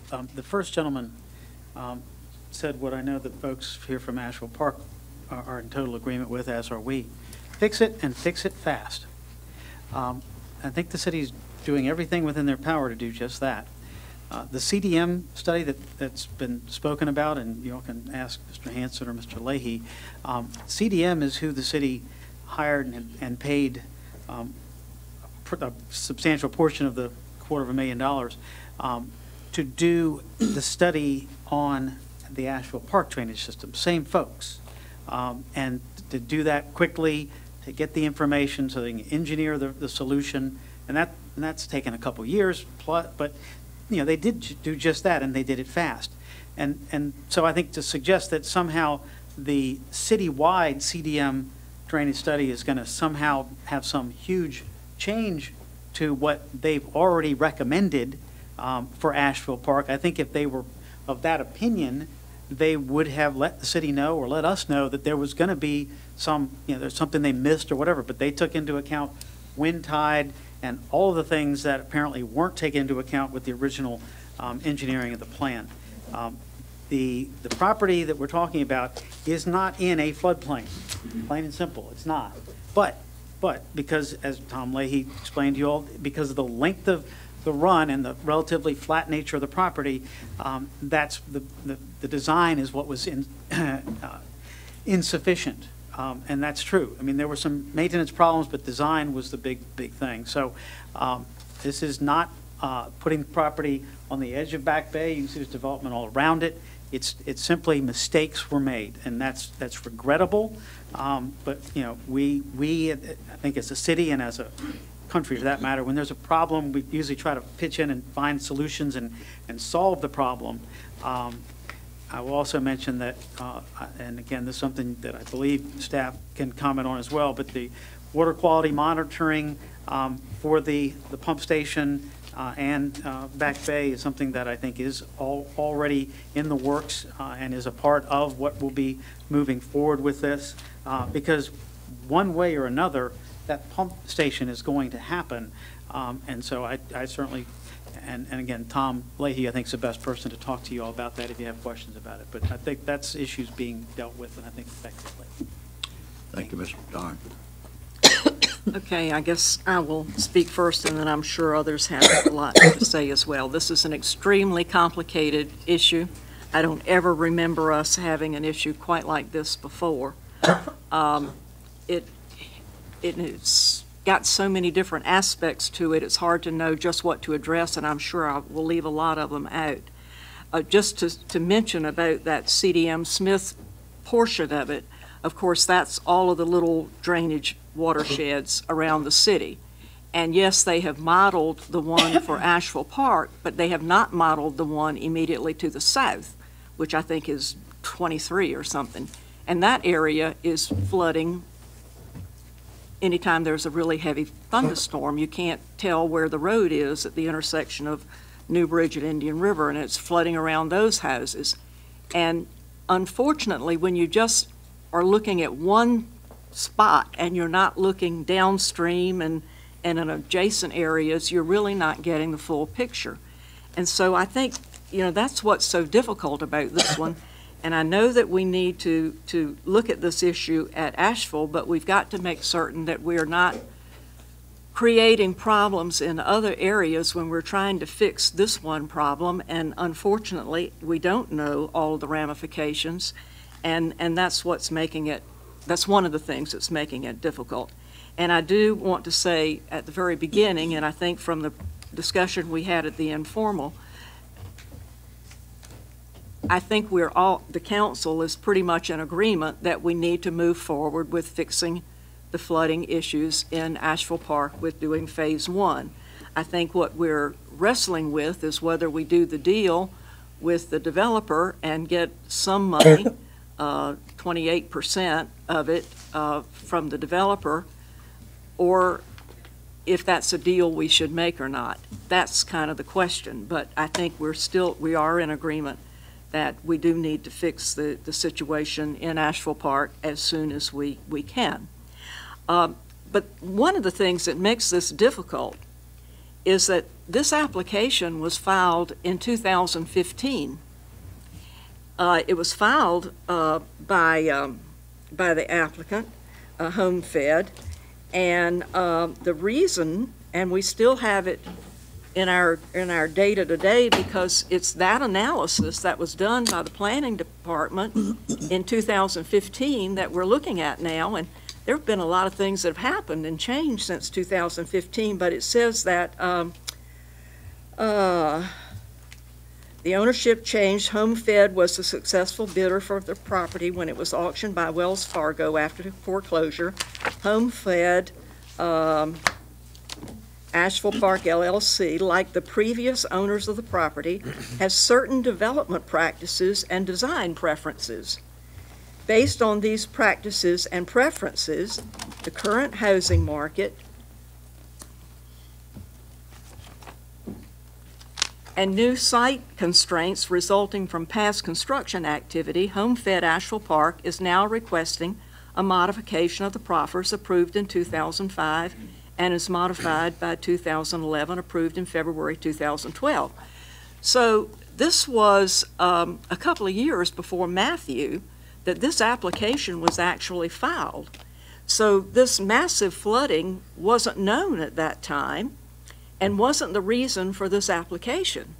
This application was filed based on his wanting to do his development practices and design preferences, and the fact that I think it was stated elsewhere that during the time it was fallow, more wetlands developed in one of those lower villages, and so therefore there would be less developable space available.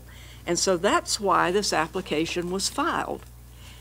Now, but the reason it was deferred when it came to City Council, and the City Council didn't hear it, was because our engineering staff had determined that there were some problems out there, and that's what we heard in our briefing today. The Planning Commission recommended this in 2015, but because there were some problems that were happening in the stormwater system that our engineering people were investigating. We didn't act on it, thank goodness. We deferred it. And so that's why it was deferred at that time. But it was not because of the flooding that this application was filed. But now, because of all that flooding in Matthew, then we're seeing the pressure to approve these changes because of the flooding and because of this possibility that the developer may cost participate to some extent. So I think we have to put everything in the proper perspective.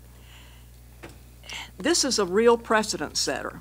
I think what we do with this is really going to be a precedent for other applications that are going to file.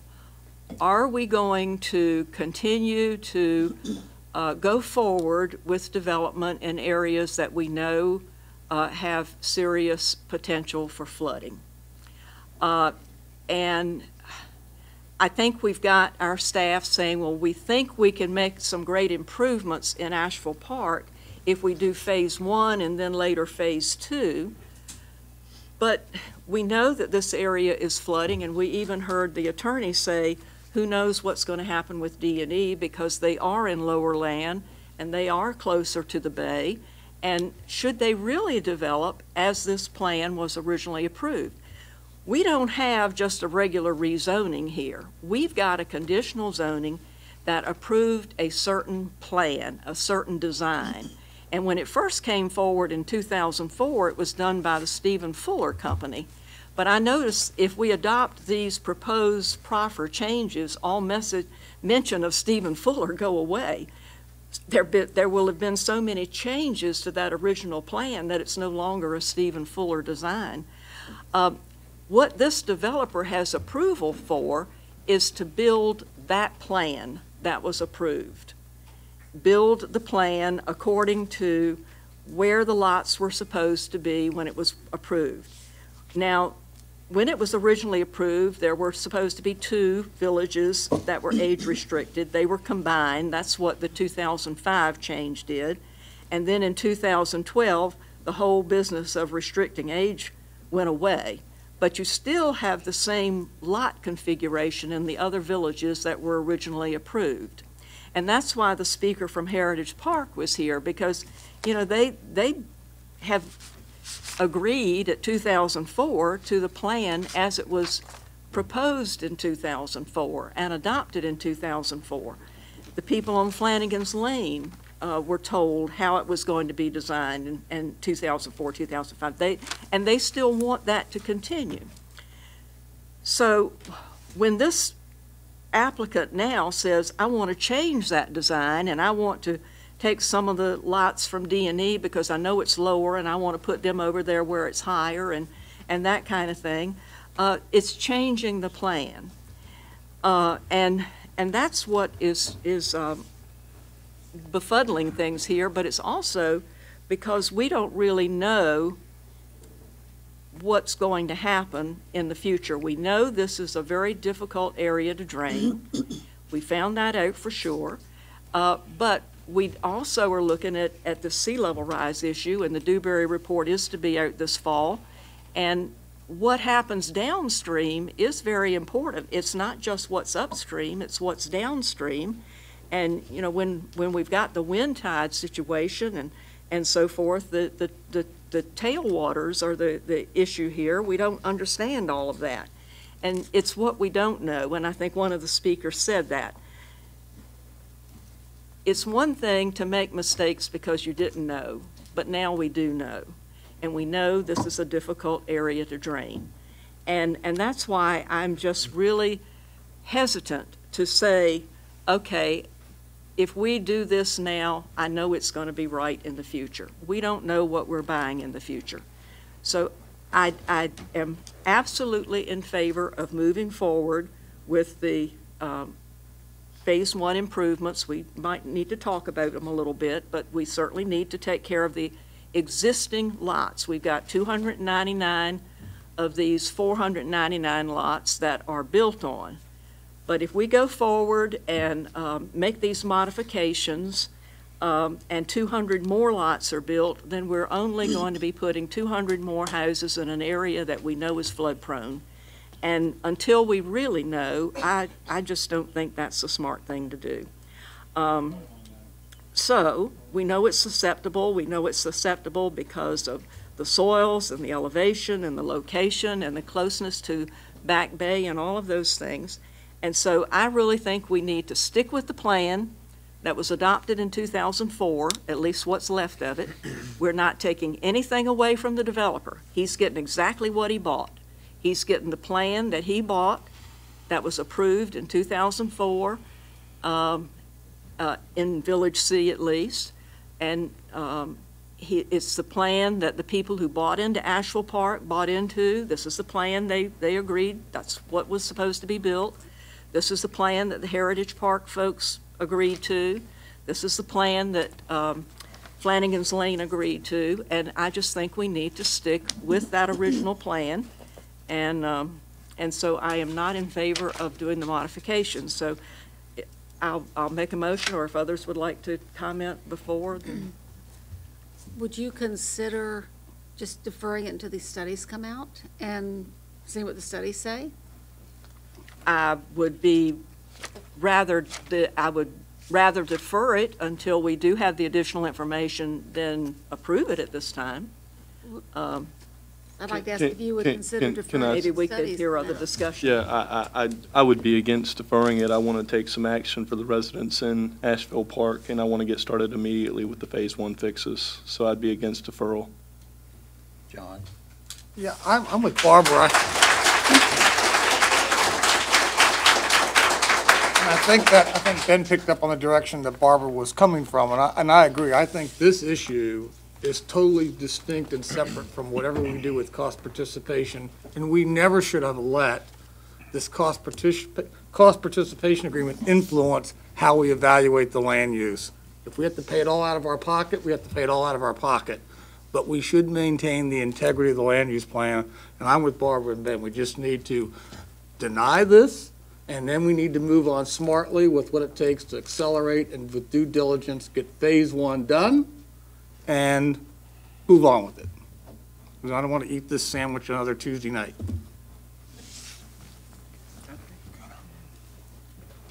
Mr. Dyer. Yeah, my wife and I made a tour not too long ago out there. And I tell you what, living in fear every time it rains is not a way to live, you know, when you buy a dream home out there. And I'm going to concur that, you know, there is no easy solution on this. But, you know, to continue to delay, I really think sends the wrong message. You know, I think the sad part is, you know, it was built with good intentions many years ago. You know, I have an area in my district, Rosemont Forest, that 30 years ago was built below floodplain because that was the existing rules at the time. But now they flooded, and, you know, we even built a $6.5 million pump station for them. But Matthew was a game changer for us. And I think we got to take that into consideration, you know, because, you know, Rosemont Forest did flood again. The point is, though, I think we have to take decisive and bold action right now for the people at Asheville Park and think about them. And, you know, and a lot of the other, you know, some of the engineering down the line and other development, you know, can be put on the back burner, but we have to act now.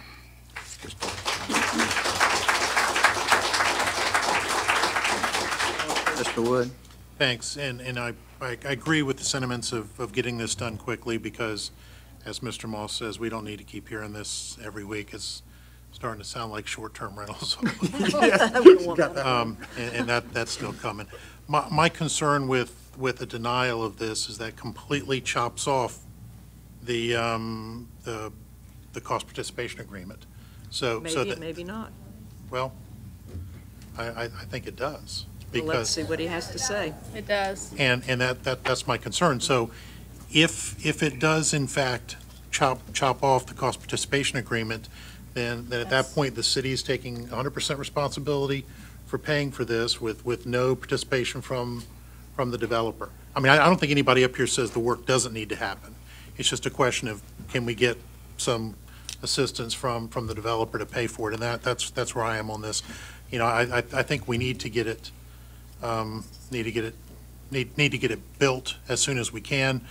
As the applicant's attorney said, obviously the private sector does this a lot quicker and a lot less expensive than the public sector. But that's kind of where I'm having struggle with, because if we pass this, then the next thing that we're going to hear, or excuse me, if we deny it, then the next thing on the agenda that we're going to hear is going to be a moot point. People are going to speak on it, and we can vote for it, but it doesn't really matter.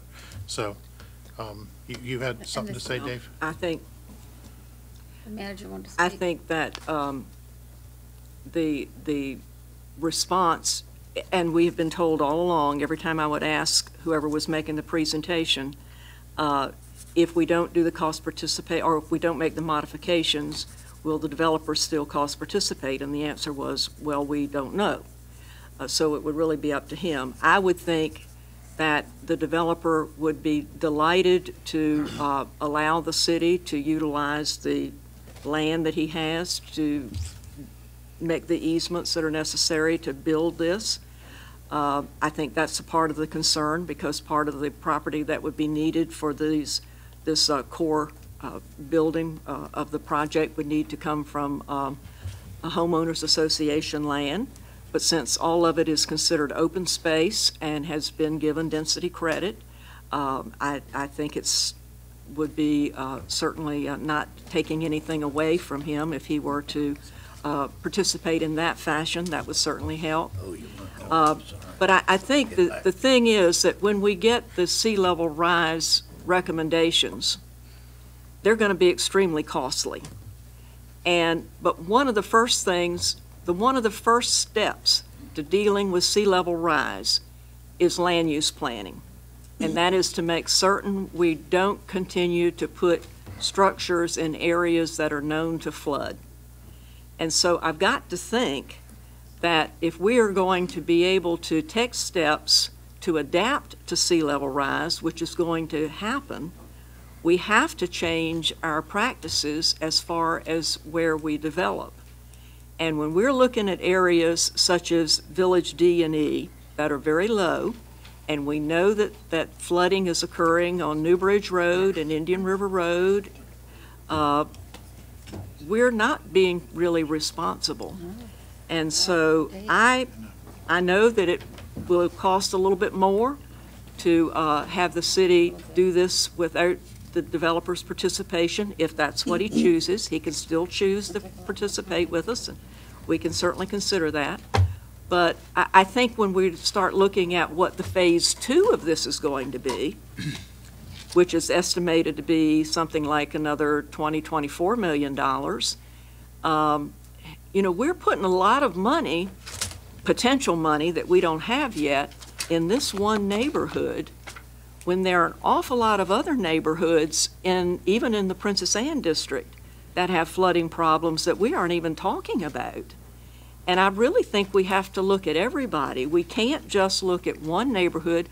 We can certainly do this phase 1 and try to do everything we can for these existing neighbors, but to continue to build more, knowing that they're going to need this other $20 million worth of project, and eating up all of the potential future money that would need to be going to other neighborhoods that are now not going to have anything. That's a great concern. We don't know what that future is, and that's why it's so difficult. We don't have the definite information.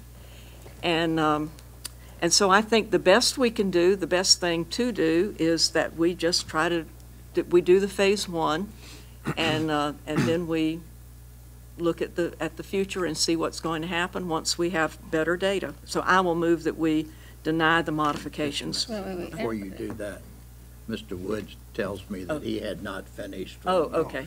And also the manager wanted to speak. Right. So actually, well, let me, because the one thing I was going to do was ask the applicant's attorney to come back and actually answer my one specific question. So I see him walking up here. Chris Folger would be more than happy to come up and address your question, and that's what I wanted to tell you as the president of HomeFed. I've also been asked by a number of Asheville Park folks who were very much confused about sign-up, who are here to speak on this. And, they were put in the CIP or the cost participation agreement stack instead of this. So there are a whole lot of Asheville Park folks who want to be heard before you all decide what to do.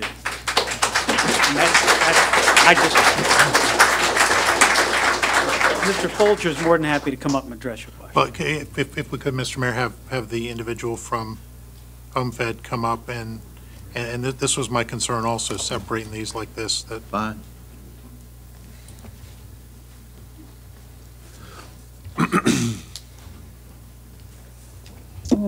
Hello, my name is Chris Folger. I'm president of HomeFed. I live in San Diego, California. Thankful for the opportunity to speak here today.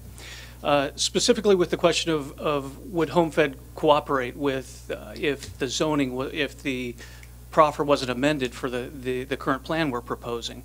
We would cooperate. We control the land that is necessary for this. We want what's best for the residents. We want a fix for the residents. We've waited 3 years. We've been very patient working with the city while these studies have been done. We thought we had a very good agreement. Part of the reason we agreed to a cost participation is to get Asheville at the front of the line. We recognize there are a lot of problems in the city, a lot of needs that need to get addressed, and one of the ways we could help was by offering a contribution to help get us to the front of the line. I don't believe anybody else has stepped up in the city to offer money to cost participate. So that's one thing. We would continue to cooperate. We aren't going to pay $2.75 million, but to the extent we have land and we have other means to expedite the process, we are happy to do so. Now, I know some of you are very unhappy that Asheville Park was ever entitled. I understand that. Using this as a means to delay development or to argue about 5 units here or 7 units here or a fuller plan, I guarantee you, well, I'd be curious if any of our residents bought because it was a fuller plan. They probably haven't even heard the name. We believe our design is substantially similar to the previous one. And to argue about that is one thing. To delay an improvement is another. So we support you moving forward with the phase 1 improvements. We believe we have the right to build the other developments. If you want to do all of the improvements without us, feel free. If I was a taxpayer of Virginia Beach, I would be a little concerned with the millions of dollars extra that you're incurring. And so I hope you guys think about that. We are here trying to help, trying to be a good corporate citizen. It does benefit us. We do get to move forward with C, but all of the studies show that C is going to be in compliance with the 100-year storm flood. D and E, we have no assurances. We don't know when we're going to be able to do that or if we will. So it just seems to make sense. You guys have money on the table for a plan that everybody at Asheville seems to support, and I hope you seriously consider it. Before you leave, Ms. Wilson has a question, I think. Oh, I want to make sure that we heard from the Asheville Parks residents that didn't get to speak, so it's very important. Ms. Henley? You did say that you would cooperate by, the city would be able to utilize the land area that you With land and easements, we will do everything we can to speed up this process. And you would not charge the city any money for that? We will have to discuss that. That's part of the budget currently. Well, that's but as far as eminent domain, we don't want to slow up the process with eminent domain. But if there are easements or property that would be needed, which there will be because of having to increase the size of the BMPs and the locations, you are willing to? We would agree to abide by the current budget. The current budget has those expenses in it. If the city wants to pick up those costs. That's a part of what we're paying you. That's a part of the cost is what we would have to pay you for that property. Gee, you already got density credit for it, so. You can't have your cake and eat it too either. No, you're having your cake and eating it too. Again, it goes back to the density. The density was done before we bought the property. Right. I understand people are upset about it, but holding Asheville Park residents hostage for that is not right. I don't think that's holding you hostage. I mean, that was the part of the plan, though, so when you're talking open space and so forth, that's the BMPs. I mean, that's the part of the open space. You're talking about like 5 units. We're holding No, this no, up no, for. I'm not talking, I mean, all of those BMPs in Asheville Park are part of the open space. Yes. And were a part of the density credit that was granted because it was all on the gross area. So anything that you have that would be needed would be a part of that already. I guess maybe we're just talking about different things. You're seeing it differently, but We'd be I happy to certainly work want it to out get with this staff. thing moved. But I would hate for the citizens to have to pay to build the drainage system on that area when they're paying for the drainage system to help you out. I mean, that seems to be If cost paying is double. such an imperative, if the goal is to reduce cost. Right. I would suggest strongly we look at the cost participation agreement. Oh, well. That. But that involves just moving these lots in and making those smaller and all of that. Okay, we have other people apparently who want to let's speak. hear the other folks. Yeah. Mr. Mayor. Thank you, But I'll sir. wait now. We're going to listen to these. I'm going to second the motion. The manager had raised his hand that he wanted to say something, I Yes, believe. I was going to suggest, Mayor and members of council, that since they have a buy right at 98, and they have to comply with the 100-year storm that you heard the president of HomeFed admit that they have to do, that the cost share agreement would switch from 28% by them. It would be reduced because we wouldn't add the additional units, which is the proffers that you're under consideration on this planning item. It would reduce it by maintaining the 98 to a cost share of 24.7%. I would say that I would listen to what the residents want to hear, and I think you're going to agree to do that. And then I would just defer and allow HomeFed and staff to get back together because they have a right to do this.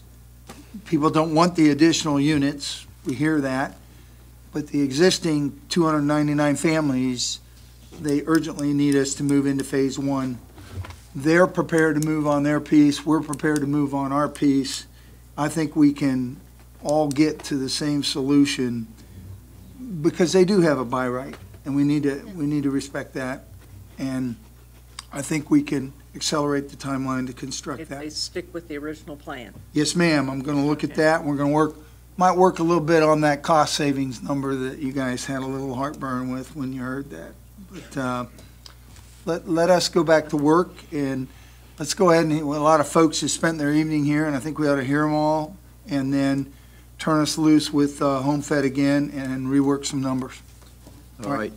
Can we get started with do you have any further people signed up? So the only other people I have signed up are for the cost participation agreement. However, there may have been some confusion. My staff was pretty clear, I thought, when they were signing folks up. So I can call those people. I'm happy to do that. So the first one is Cherie Kraus, and after Mrs. Kraus will be Craig Leonard.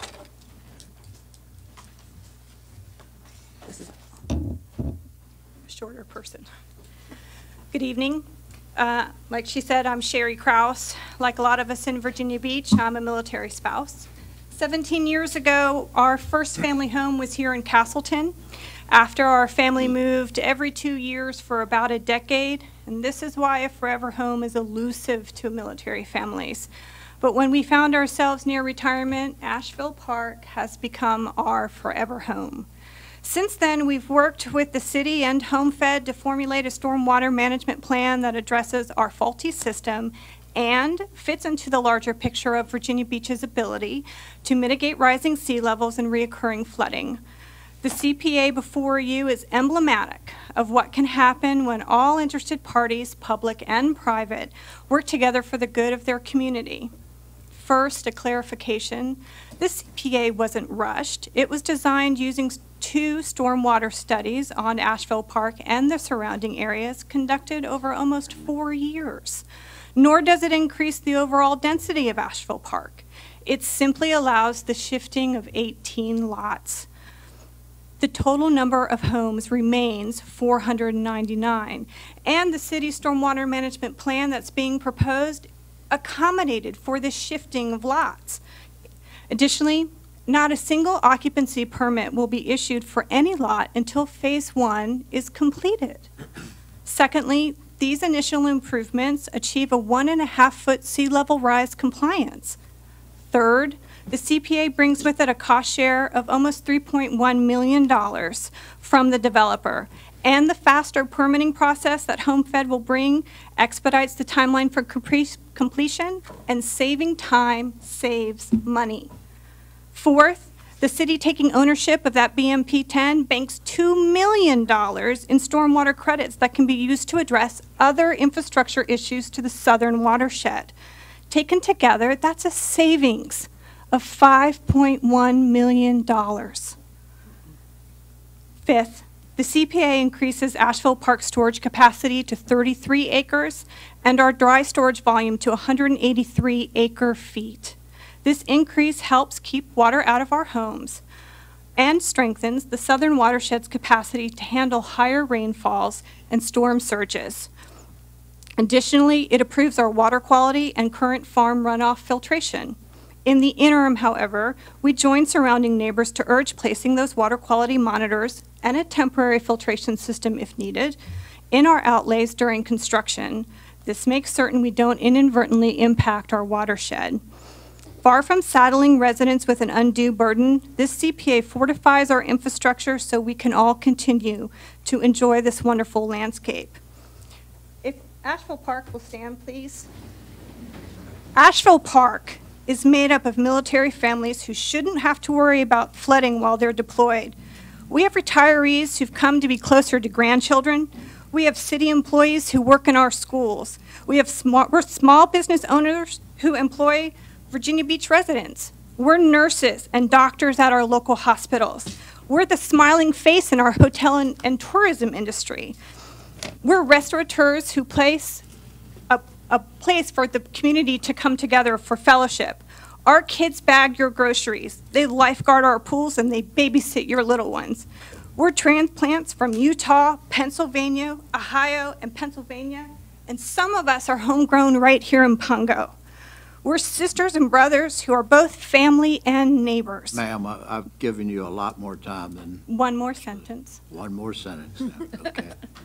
We're single moms, we're cancer survivors, and we're volunteers. These people invest every day in Virginia Beach, and we ask that you invest in us and support the CPA. Lewis, can I ask one question? Of the speaker? Can I ask one question?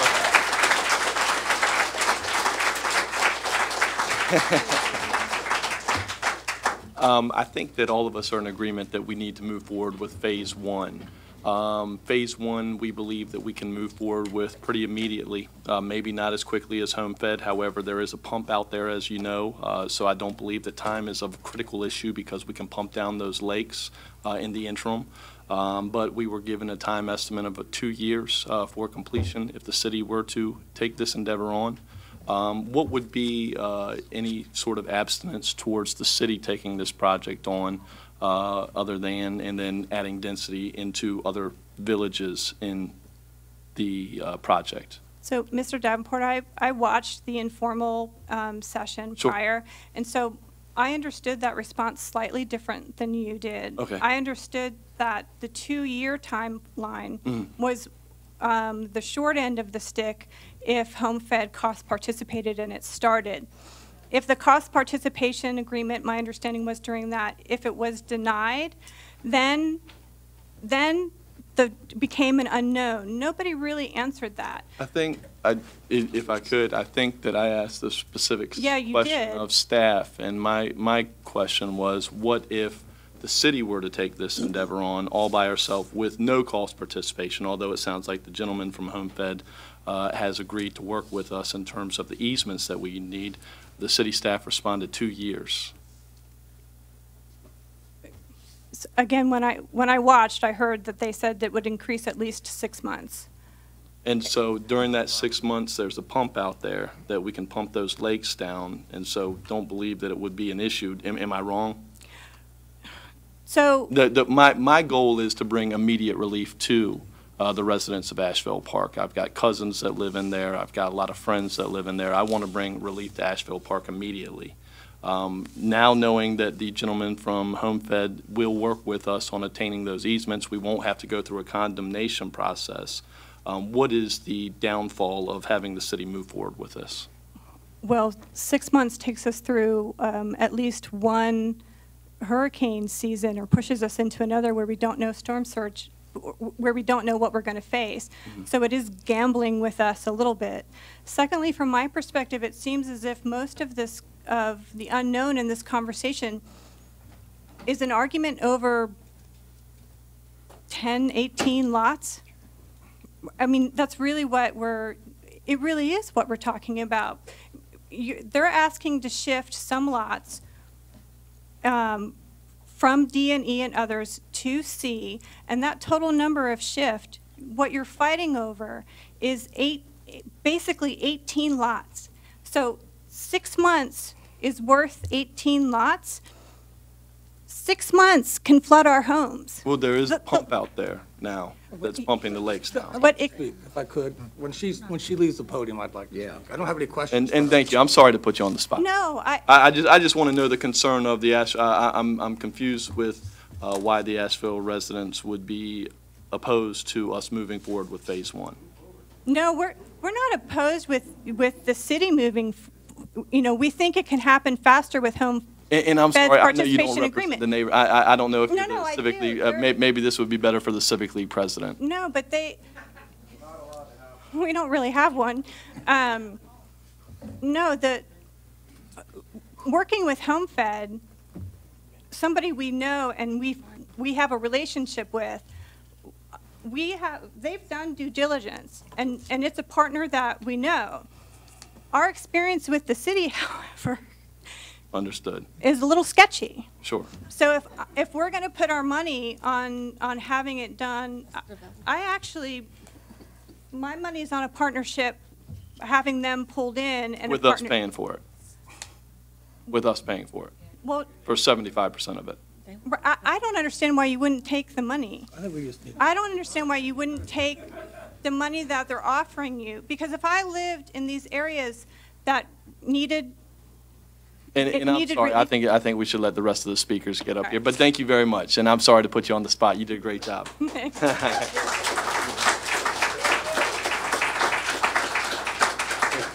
Moss, did you have a comment? I just want to say a couple things. First of all, the very same plans that we're talking about, that we're being told that the developer can implement faster than us, already exist, number one. Number two, we have the ability to act faster if I think we demand faster. You know, the organization I work with, if you say answer and say, no, that's not good enough, the other says you got to do it faster, you find a way to get faster. So I don't think it has to take 6 months longer. And if someone tells us it takes the private sectors faster, then I want to, if that's what the city manager believes, then I want to see a proposal coming forward to outsource all our flood construction, maintenance, management, end-to-end, because clearly we're denying the citizens timely and more effective and efficient flood management. But I don't think that's the case. I believe we can match, and if we can't match, there's something wrong. About why? Because we have the cash, we're now having to borrow the money, we have the staff, we already have the plans, and the pump station. So why both parties should be able to execute that with the very same timeline?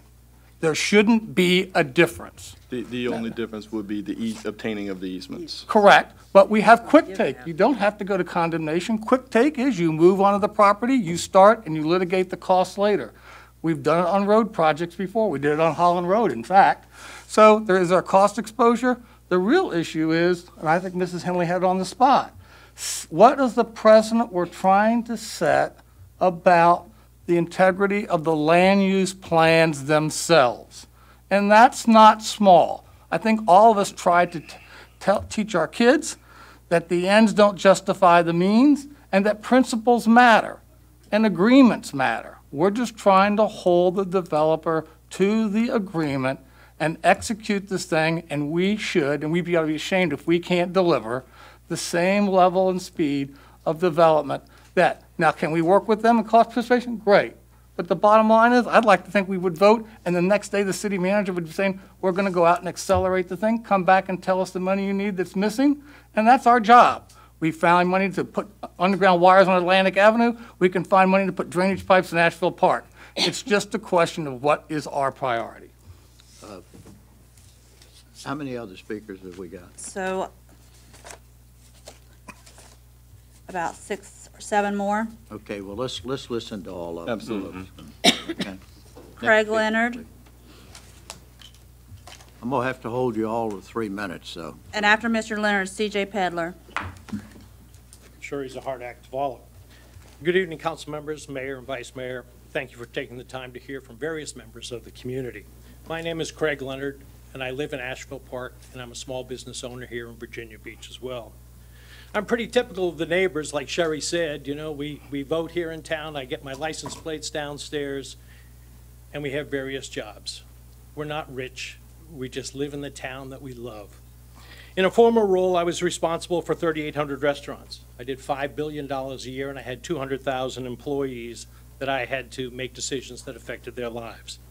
I can appreciate the tough decisions you have to make, the ones that affect people's lives, and your fiduciary responsibility to be good stewards of citizens' tax money. I look at this situation from a more pragmatic business owner's perspective, and it goes to the question you asked. Why would I be concerned if I live in Asheville Park? What are my concerns? I'd be concerned you're walking away from $5 million, and if that was business, my boss probably would have fired me. But, you know, you have 300 homes, but better yet, don't call them homes over there. Call them families in that community. They pay a lot of taxes. That's a big investment that you have to protect. You already own the streets and the drainage program in there. That's a big investment that you have to protect. You've approved the funding for completion of Phase 1, and let's ensure that we spend the money effectively and as intended. The positive is that the city is committed to fixing the stormwater issues in Asheville Park, and I thank you very much for that part. You voted to allocate the $10 million to expand and install the BMPs and the ditches. The cost participation plan allows for $3.1 million to cost share from the developer. That's a lot of money. The term sheet further allows for the city to buy the BMP 10A, and you get the $2 million in water credits that you can use anywhere you need them in the city. This saves the city over $5 million. That's a fiduciary responsibility that you have to look at very seriously. A vote against this agreement is a vote against $5 million in additional money for the city. It seems like we win when we all cooperate, and any other course of action would just be financially irresponsible. Let's talk a worst-case scenario. If the developer were forced to back out of Asheville Park, the city would be forced to condemn the land, and you'd be spending all that money to go after it in legal fees and buying back condemned land versus stormwater improvements. If the developer backs out, who takes care of the back end of the development, the maintenance on that property that you're going to have to maintain, or it's going to encourage vandalism and crime in that? If this happened, think of the message that you're sending. The ramifications are huge and affect every part of the city. You'd send the message you don't care about your people. You'd be telling developers that when council seats change, that approvals are only as temporary as a sandcastle at the beach. You'd be telling the world that Virginia Beach can't complete what it starts. Mr. Mayor, members of the council, I'd ask you to reconsider what you've already talked about here. Help the developer accomplish what you want, and certainly take advantage of the cost participation. Thank you very much for your time.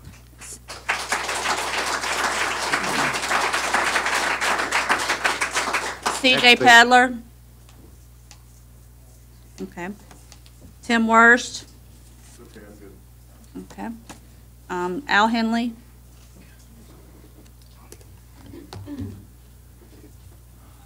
For the record, my name's Al Henley, a lifelong resident of the city of Virginia Beach.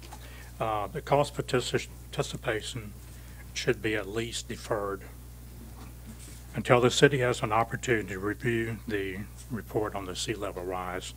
I think once we get the sea level rise, it's going to be a real eye-opener for everyone in the city, especially the city of Virginia Beach. This report should be available in this coming fall, another few months to take time to review this important report. By approving this item tonight could spell more disaster for the neighborhood and the taxpayers. And while I'm up here, if you can possibly maybe find some extra money and put a pump in my backyard so that can pump over 8 million gallons in 24 hours, I would really appreciate it. Thank you very much. Do the best you can. Barbara Messner.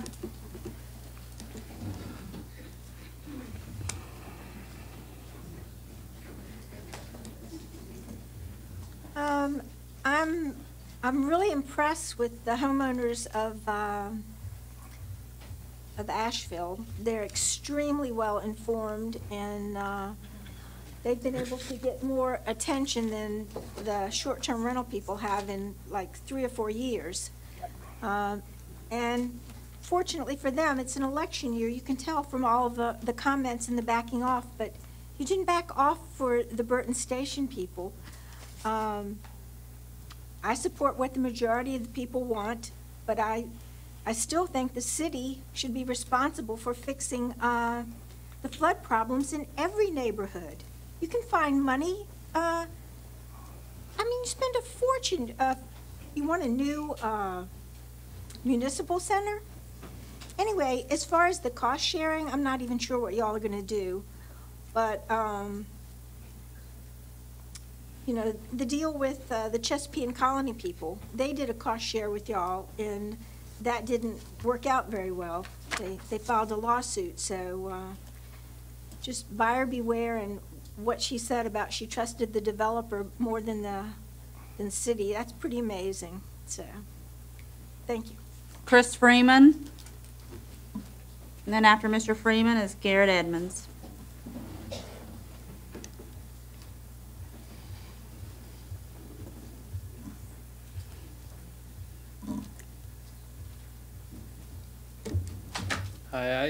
I appreciate what everyone is trying to do here with Asheville. I really do. I want to solve this problem. I want to solve it right.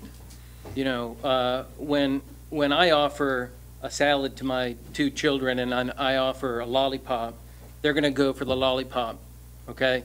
And I want to be careful about catering to a developing company that is trying to push more development because they know those lots in D&E aren't gonna come to fruition, or they're in great fear of that, and they're trying to piggyback off of y'all's commitment to put money in to help this situation, and they're trying to push the issue.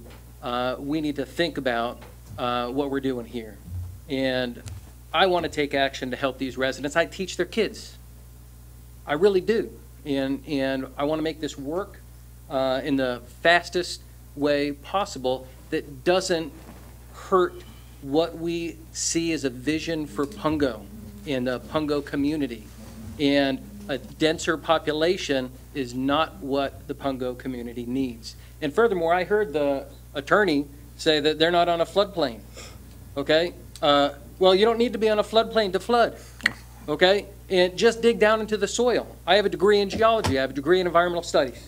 Okay, and I can tell you that gray clay that's underneath there, that gray clay is because of methane organisms that eat ferric iron, all right? And they only grow in waterborne areas that are partially submerged year after year. Think about that, all right? I'm not an engineer, all right? But I can school all y'all right now and say that that place is gonna flood again. You can look at the geology in that area, and you don't need to be an engineer to know that that's gonna flood time and time again. Let's use common sense, let's preserve Pungo, let's take care of these residents long-term.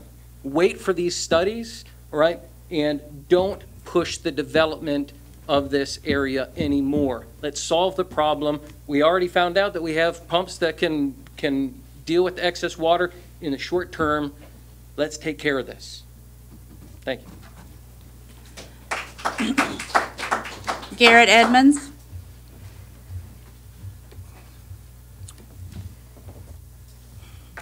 Good evening, Mr. Mayor and City Council. I'm Garrett Edmonds, a resident of Asheville Park. We've met with several of you before, and we greatly appreciate your time. We appreciate your time tonight. Bottom line is 299 families are counting on you tonight. 1,000 people. It's vital that you vote yes to this cost participation which is tied to the 18 lots we're talking about. Do not defer. Please consider these points. Many have been mentioned already. They're important. You already voted for $10 million. Let's spend it responsibly. Let's not spend it on legal fees and to purchase land from the developer. We've heard some scary terms tonight. Condemned land, eminent domain. I know you're saying that's not going to happen, but I'm not convinced. You know, the developer's going to, of course he's going to get up here and say that he wants to help all of us out. He must say that right now. So it's in the details. I'd have to see the details on that before I'd be convinced it's not going to go that way. In addition, you know, we've talked already about the $3 million in cost share and the $2 million for the water credits. Failure to take advantage of that is going to hurt Asheville Park families. It's going to be a long time before anything happens in Phase 2. We need every little bit of money that we can to not only get the water flowing, but to do anything else we possibly can to help the people whose homes actually flooded.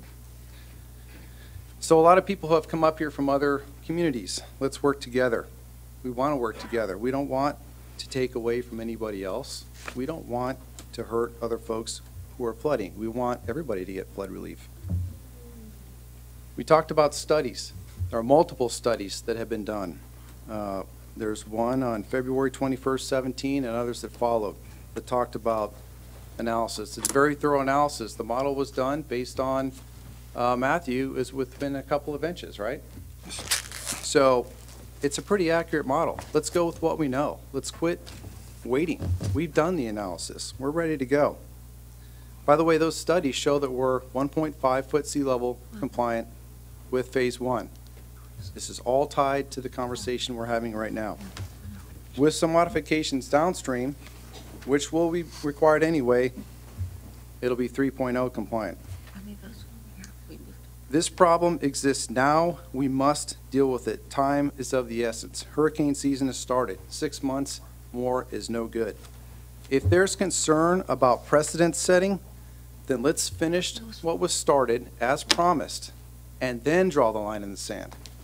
I don't think it's right to draw the line in the sand ahead of time. We've already been promised something. Stopping progress now is going to hurt 1,000 people. So we ask for your support. Take advantage of what's being offered, the $5 million, but please act and don't defer. Thank you.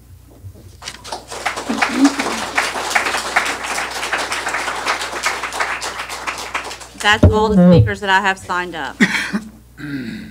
All right.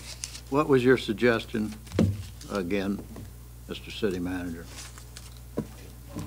Depending on your action with regards to the planning item, we would ask for deferral on the cost participation agreement so that we can discuss terms with HomeFed, provide a timeline and adjustment of terms and bring those back to you with, of course, input from the neighborhood.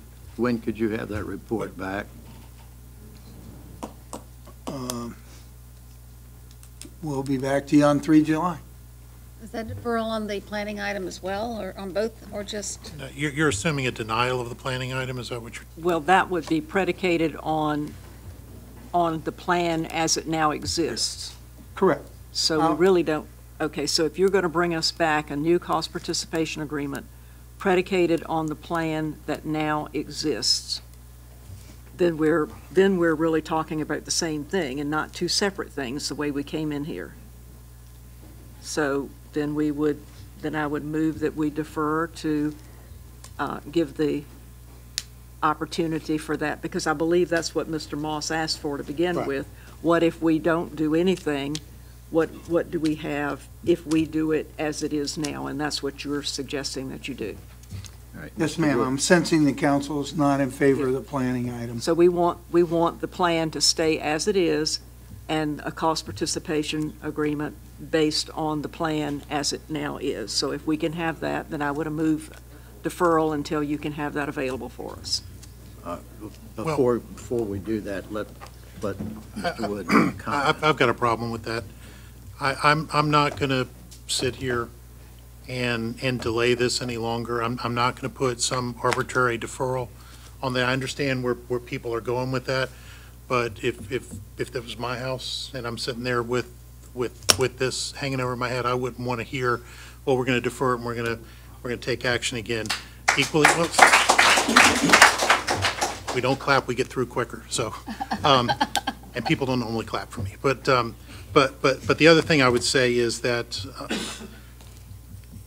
when I read the considerations on this and the density and the lots moving around, yeah, the total is staying the same. They're shifting them around.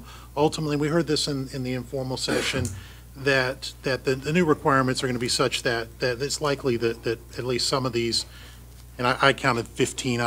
Somebody said 18, but I counted 15 in the tally I came up with here, aren't going to be able to be built, and that's okay. But if we have this cost participation agreement, we get this done quicker. We get it done, and we get it done theoretically less expensively. I have great respect for Al and for Sharon, because they put many years with the city and work for the city, and you don't see them come down here often.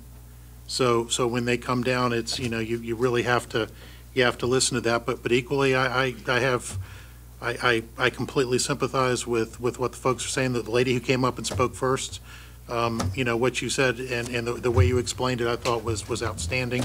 So I don't know where this is going, but I'm not going to vote for anything that indefinitely defers this or puts it off for any length of time, frankly, beyond the next council meeting, because we've got to get it done. So that's just what I'm saying. I just want in all fairness to the district representative, that's where Then you'll let me make my motion. Whatever you're going to do. Then I will move, if you will. Hold on just a minute. Bob wanted to say something. Could she make the motion, Sure. then I talk? Okay. Yeah. Go ahead.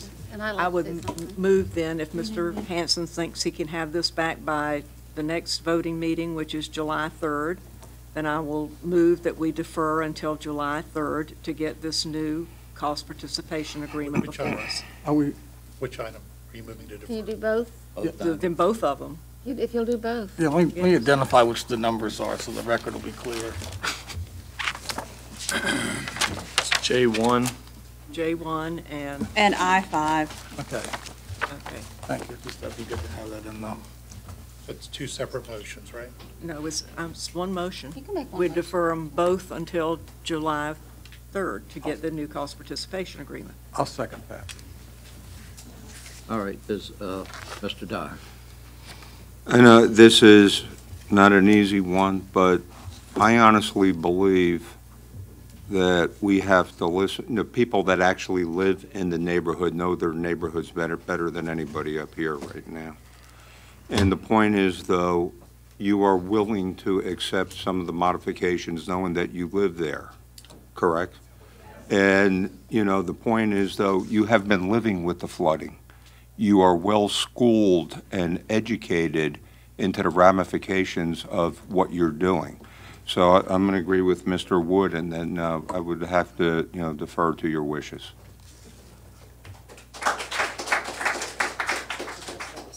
All right, we have a motion on the floor. It's been seconded. Is there any further discussion? So the motion is for deferral. To July the 3rd. To get the new cost participation agreement based on the present plan. Well, Ms. Wilson? I mean, I'm not so sure that I want the present plan either, because, these folks have been working with Home Fed for three years. This is their neighborhood. This is their neighborhood. They've come and they've asked us to give them relief. They've been working with them for 3 or 4 years. You can have two alternatives, but I think it's really important. We listened to what Burton Station people wanted, because that was their neighborhood. I think it's really important for us to listen to the people who actually live there, whose homes are being flooded. And it's very scary every time it rains. And delay and delay and delay, I know it's got to be very frightening for you. And for you to come and say, okay, it's all right to give them 18 more houses, that really has impact with me. I guess my concern is I don't think, it doesn't appear to me, just listening to what everybody's saying, that we have a consensus here, except for one thing, and that is that we want to solve this problem to the extent that we get the drainage issue straightened out in Asheville Park. And we want to do it in a manner that costs us the least amount of money. And although my personal opinion is that if we have to pay for the whole thing, I'm willing to do it. Me too. But I'm also willing to give the manager 2 weeks to get it straightened out and come in with a plan that works. So that's kind of where I am. I'm with you, Mr. Mayor, but I'd like to add one thing to that if I could. That I would hope that while we're doing that, that the city manager and the staff are taking advantage of this 2 weeks so that they are preparing, that we haven't lost 2 weeks of time, and that the staff is preparing to execute either of those courses of action, whether it is the city, we go it alone, as you suggest, as we've talked about, or whether it's a cost participation agreement. The staff, often this is what we do in our office, you proceed with equal things so you lose no time, and whatever the decision is, you haven't lost any time and you're prepared to execute course of action A or course of action B, and no time has been lost. So the motion's on the floor. If there's no further discussion, we'll vote on the motion. Vote is open. By a vote of 7-2, you have deferred the items until July 3rd. Thank you. Is there any further business to come before the council? I moved on. Yes, but. If not, I would have, the meeting is adjourned. I really would have. Yeah. I didn't have 5 votes.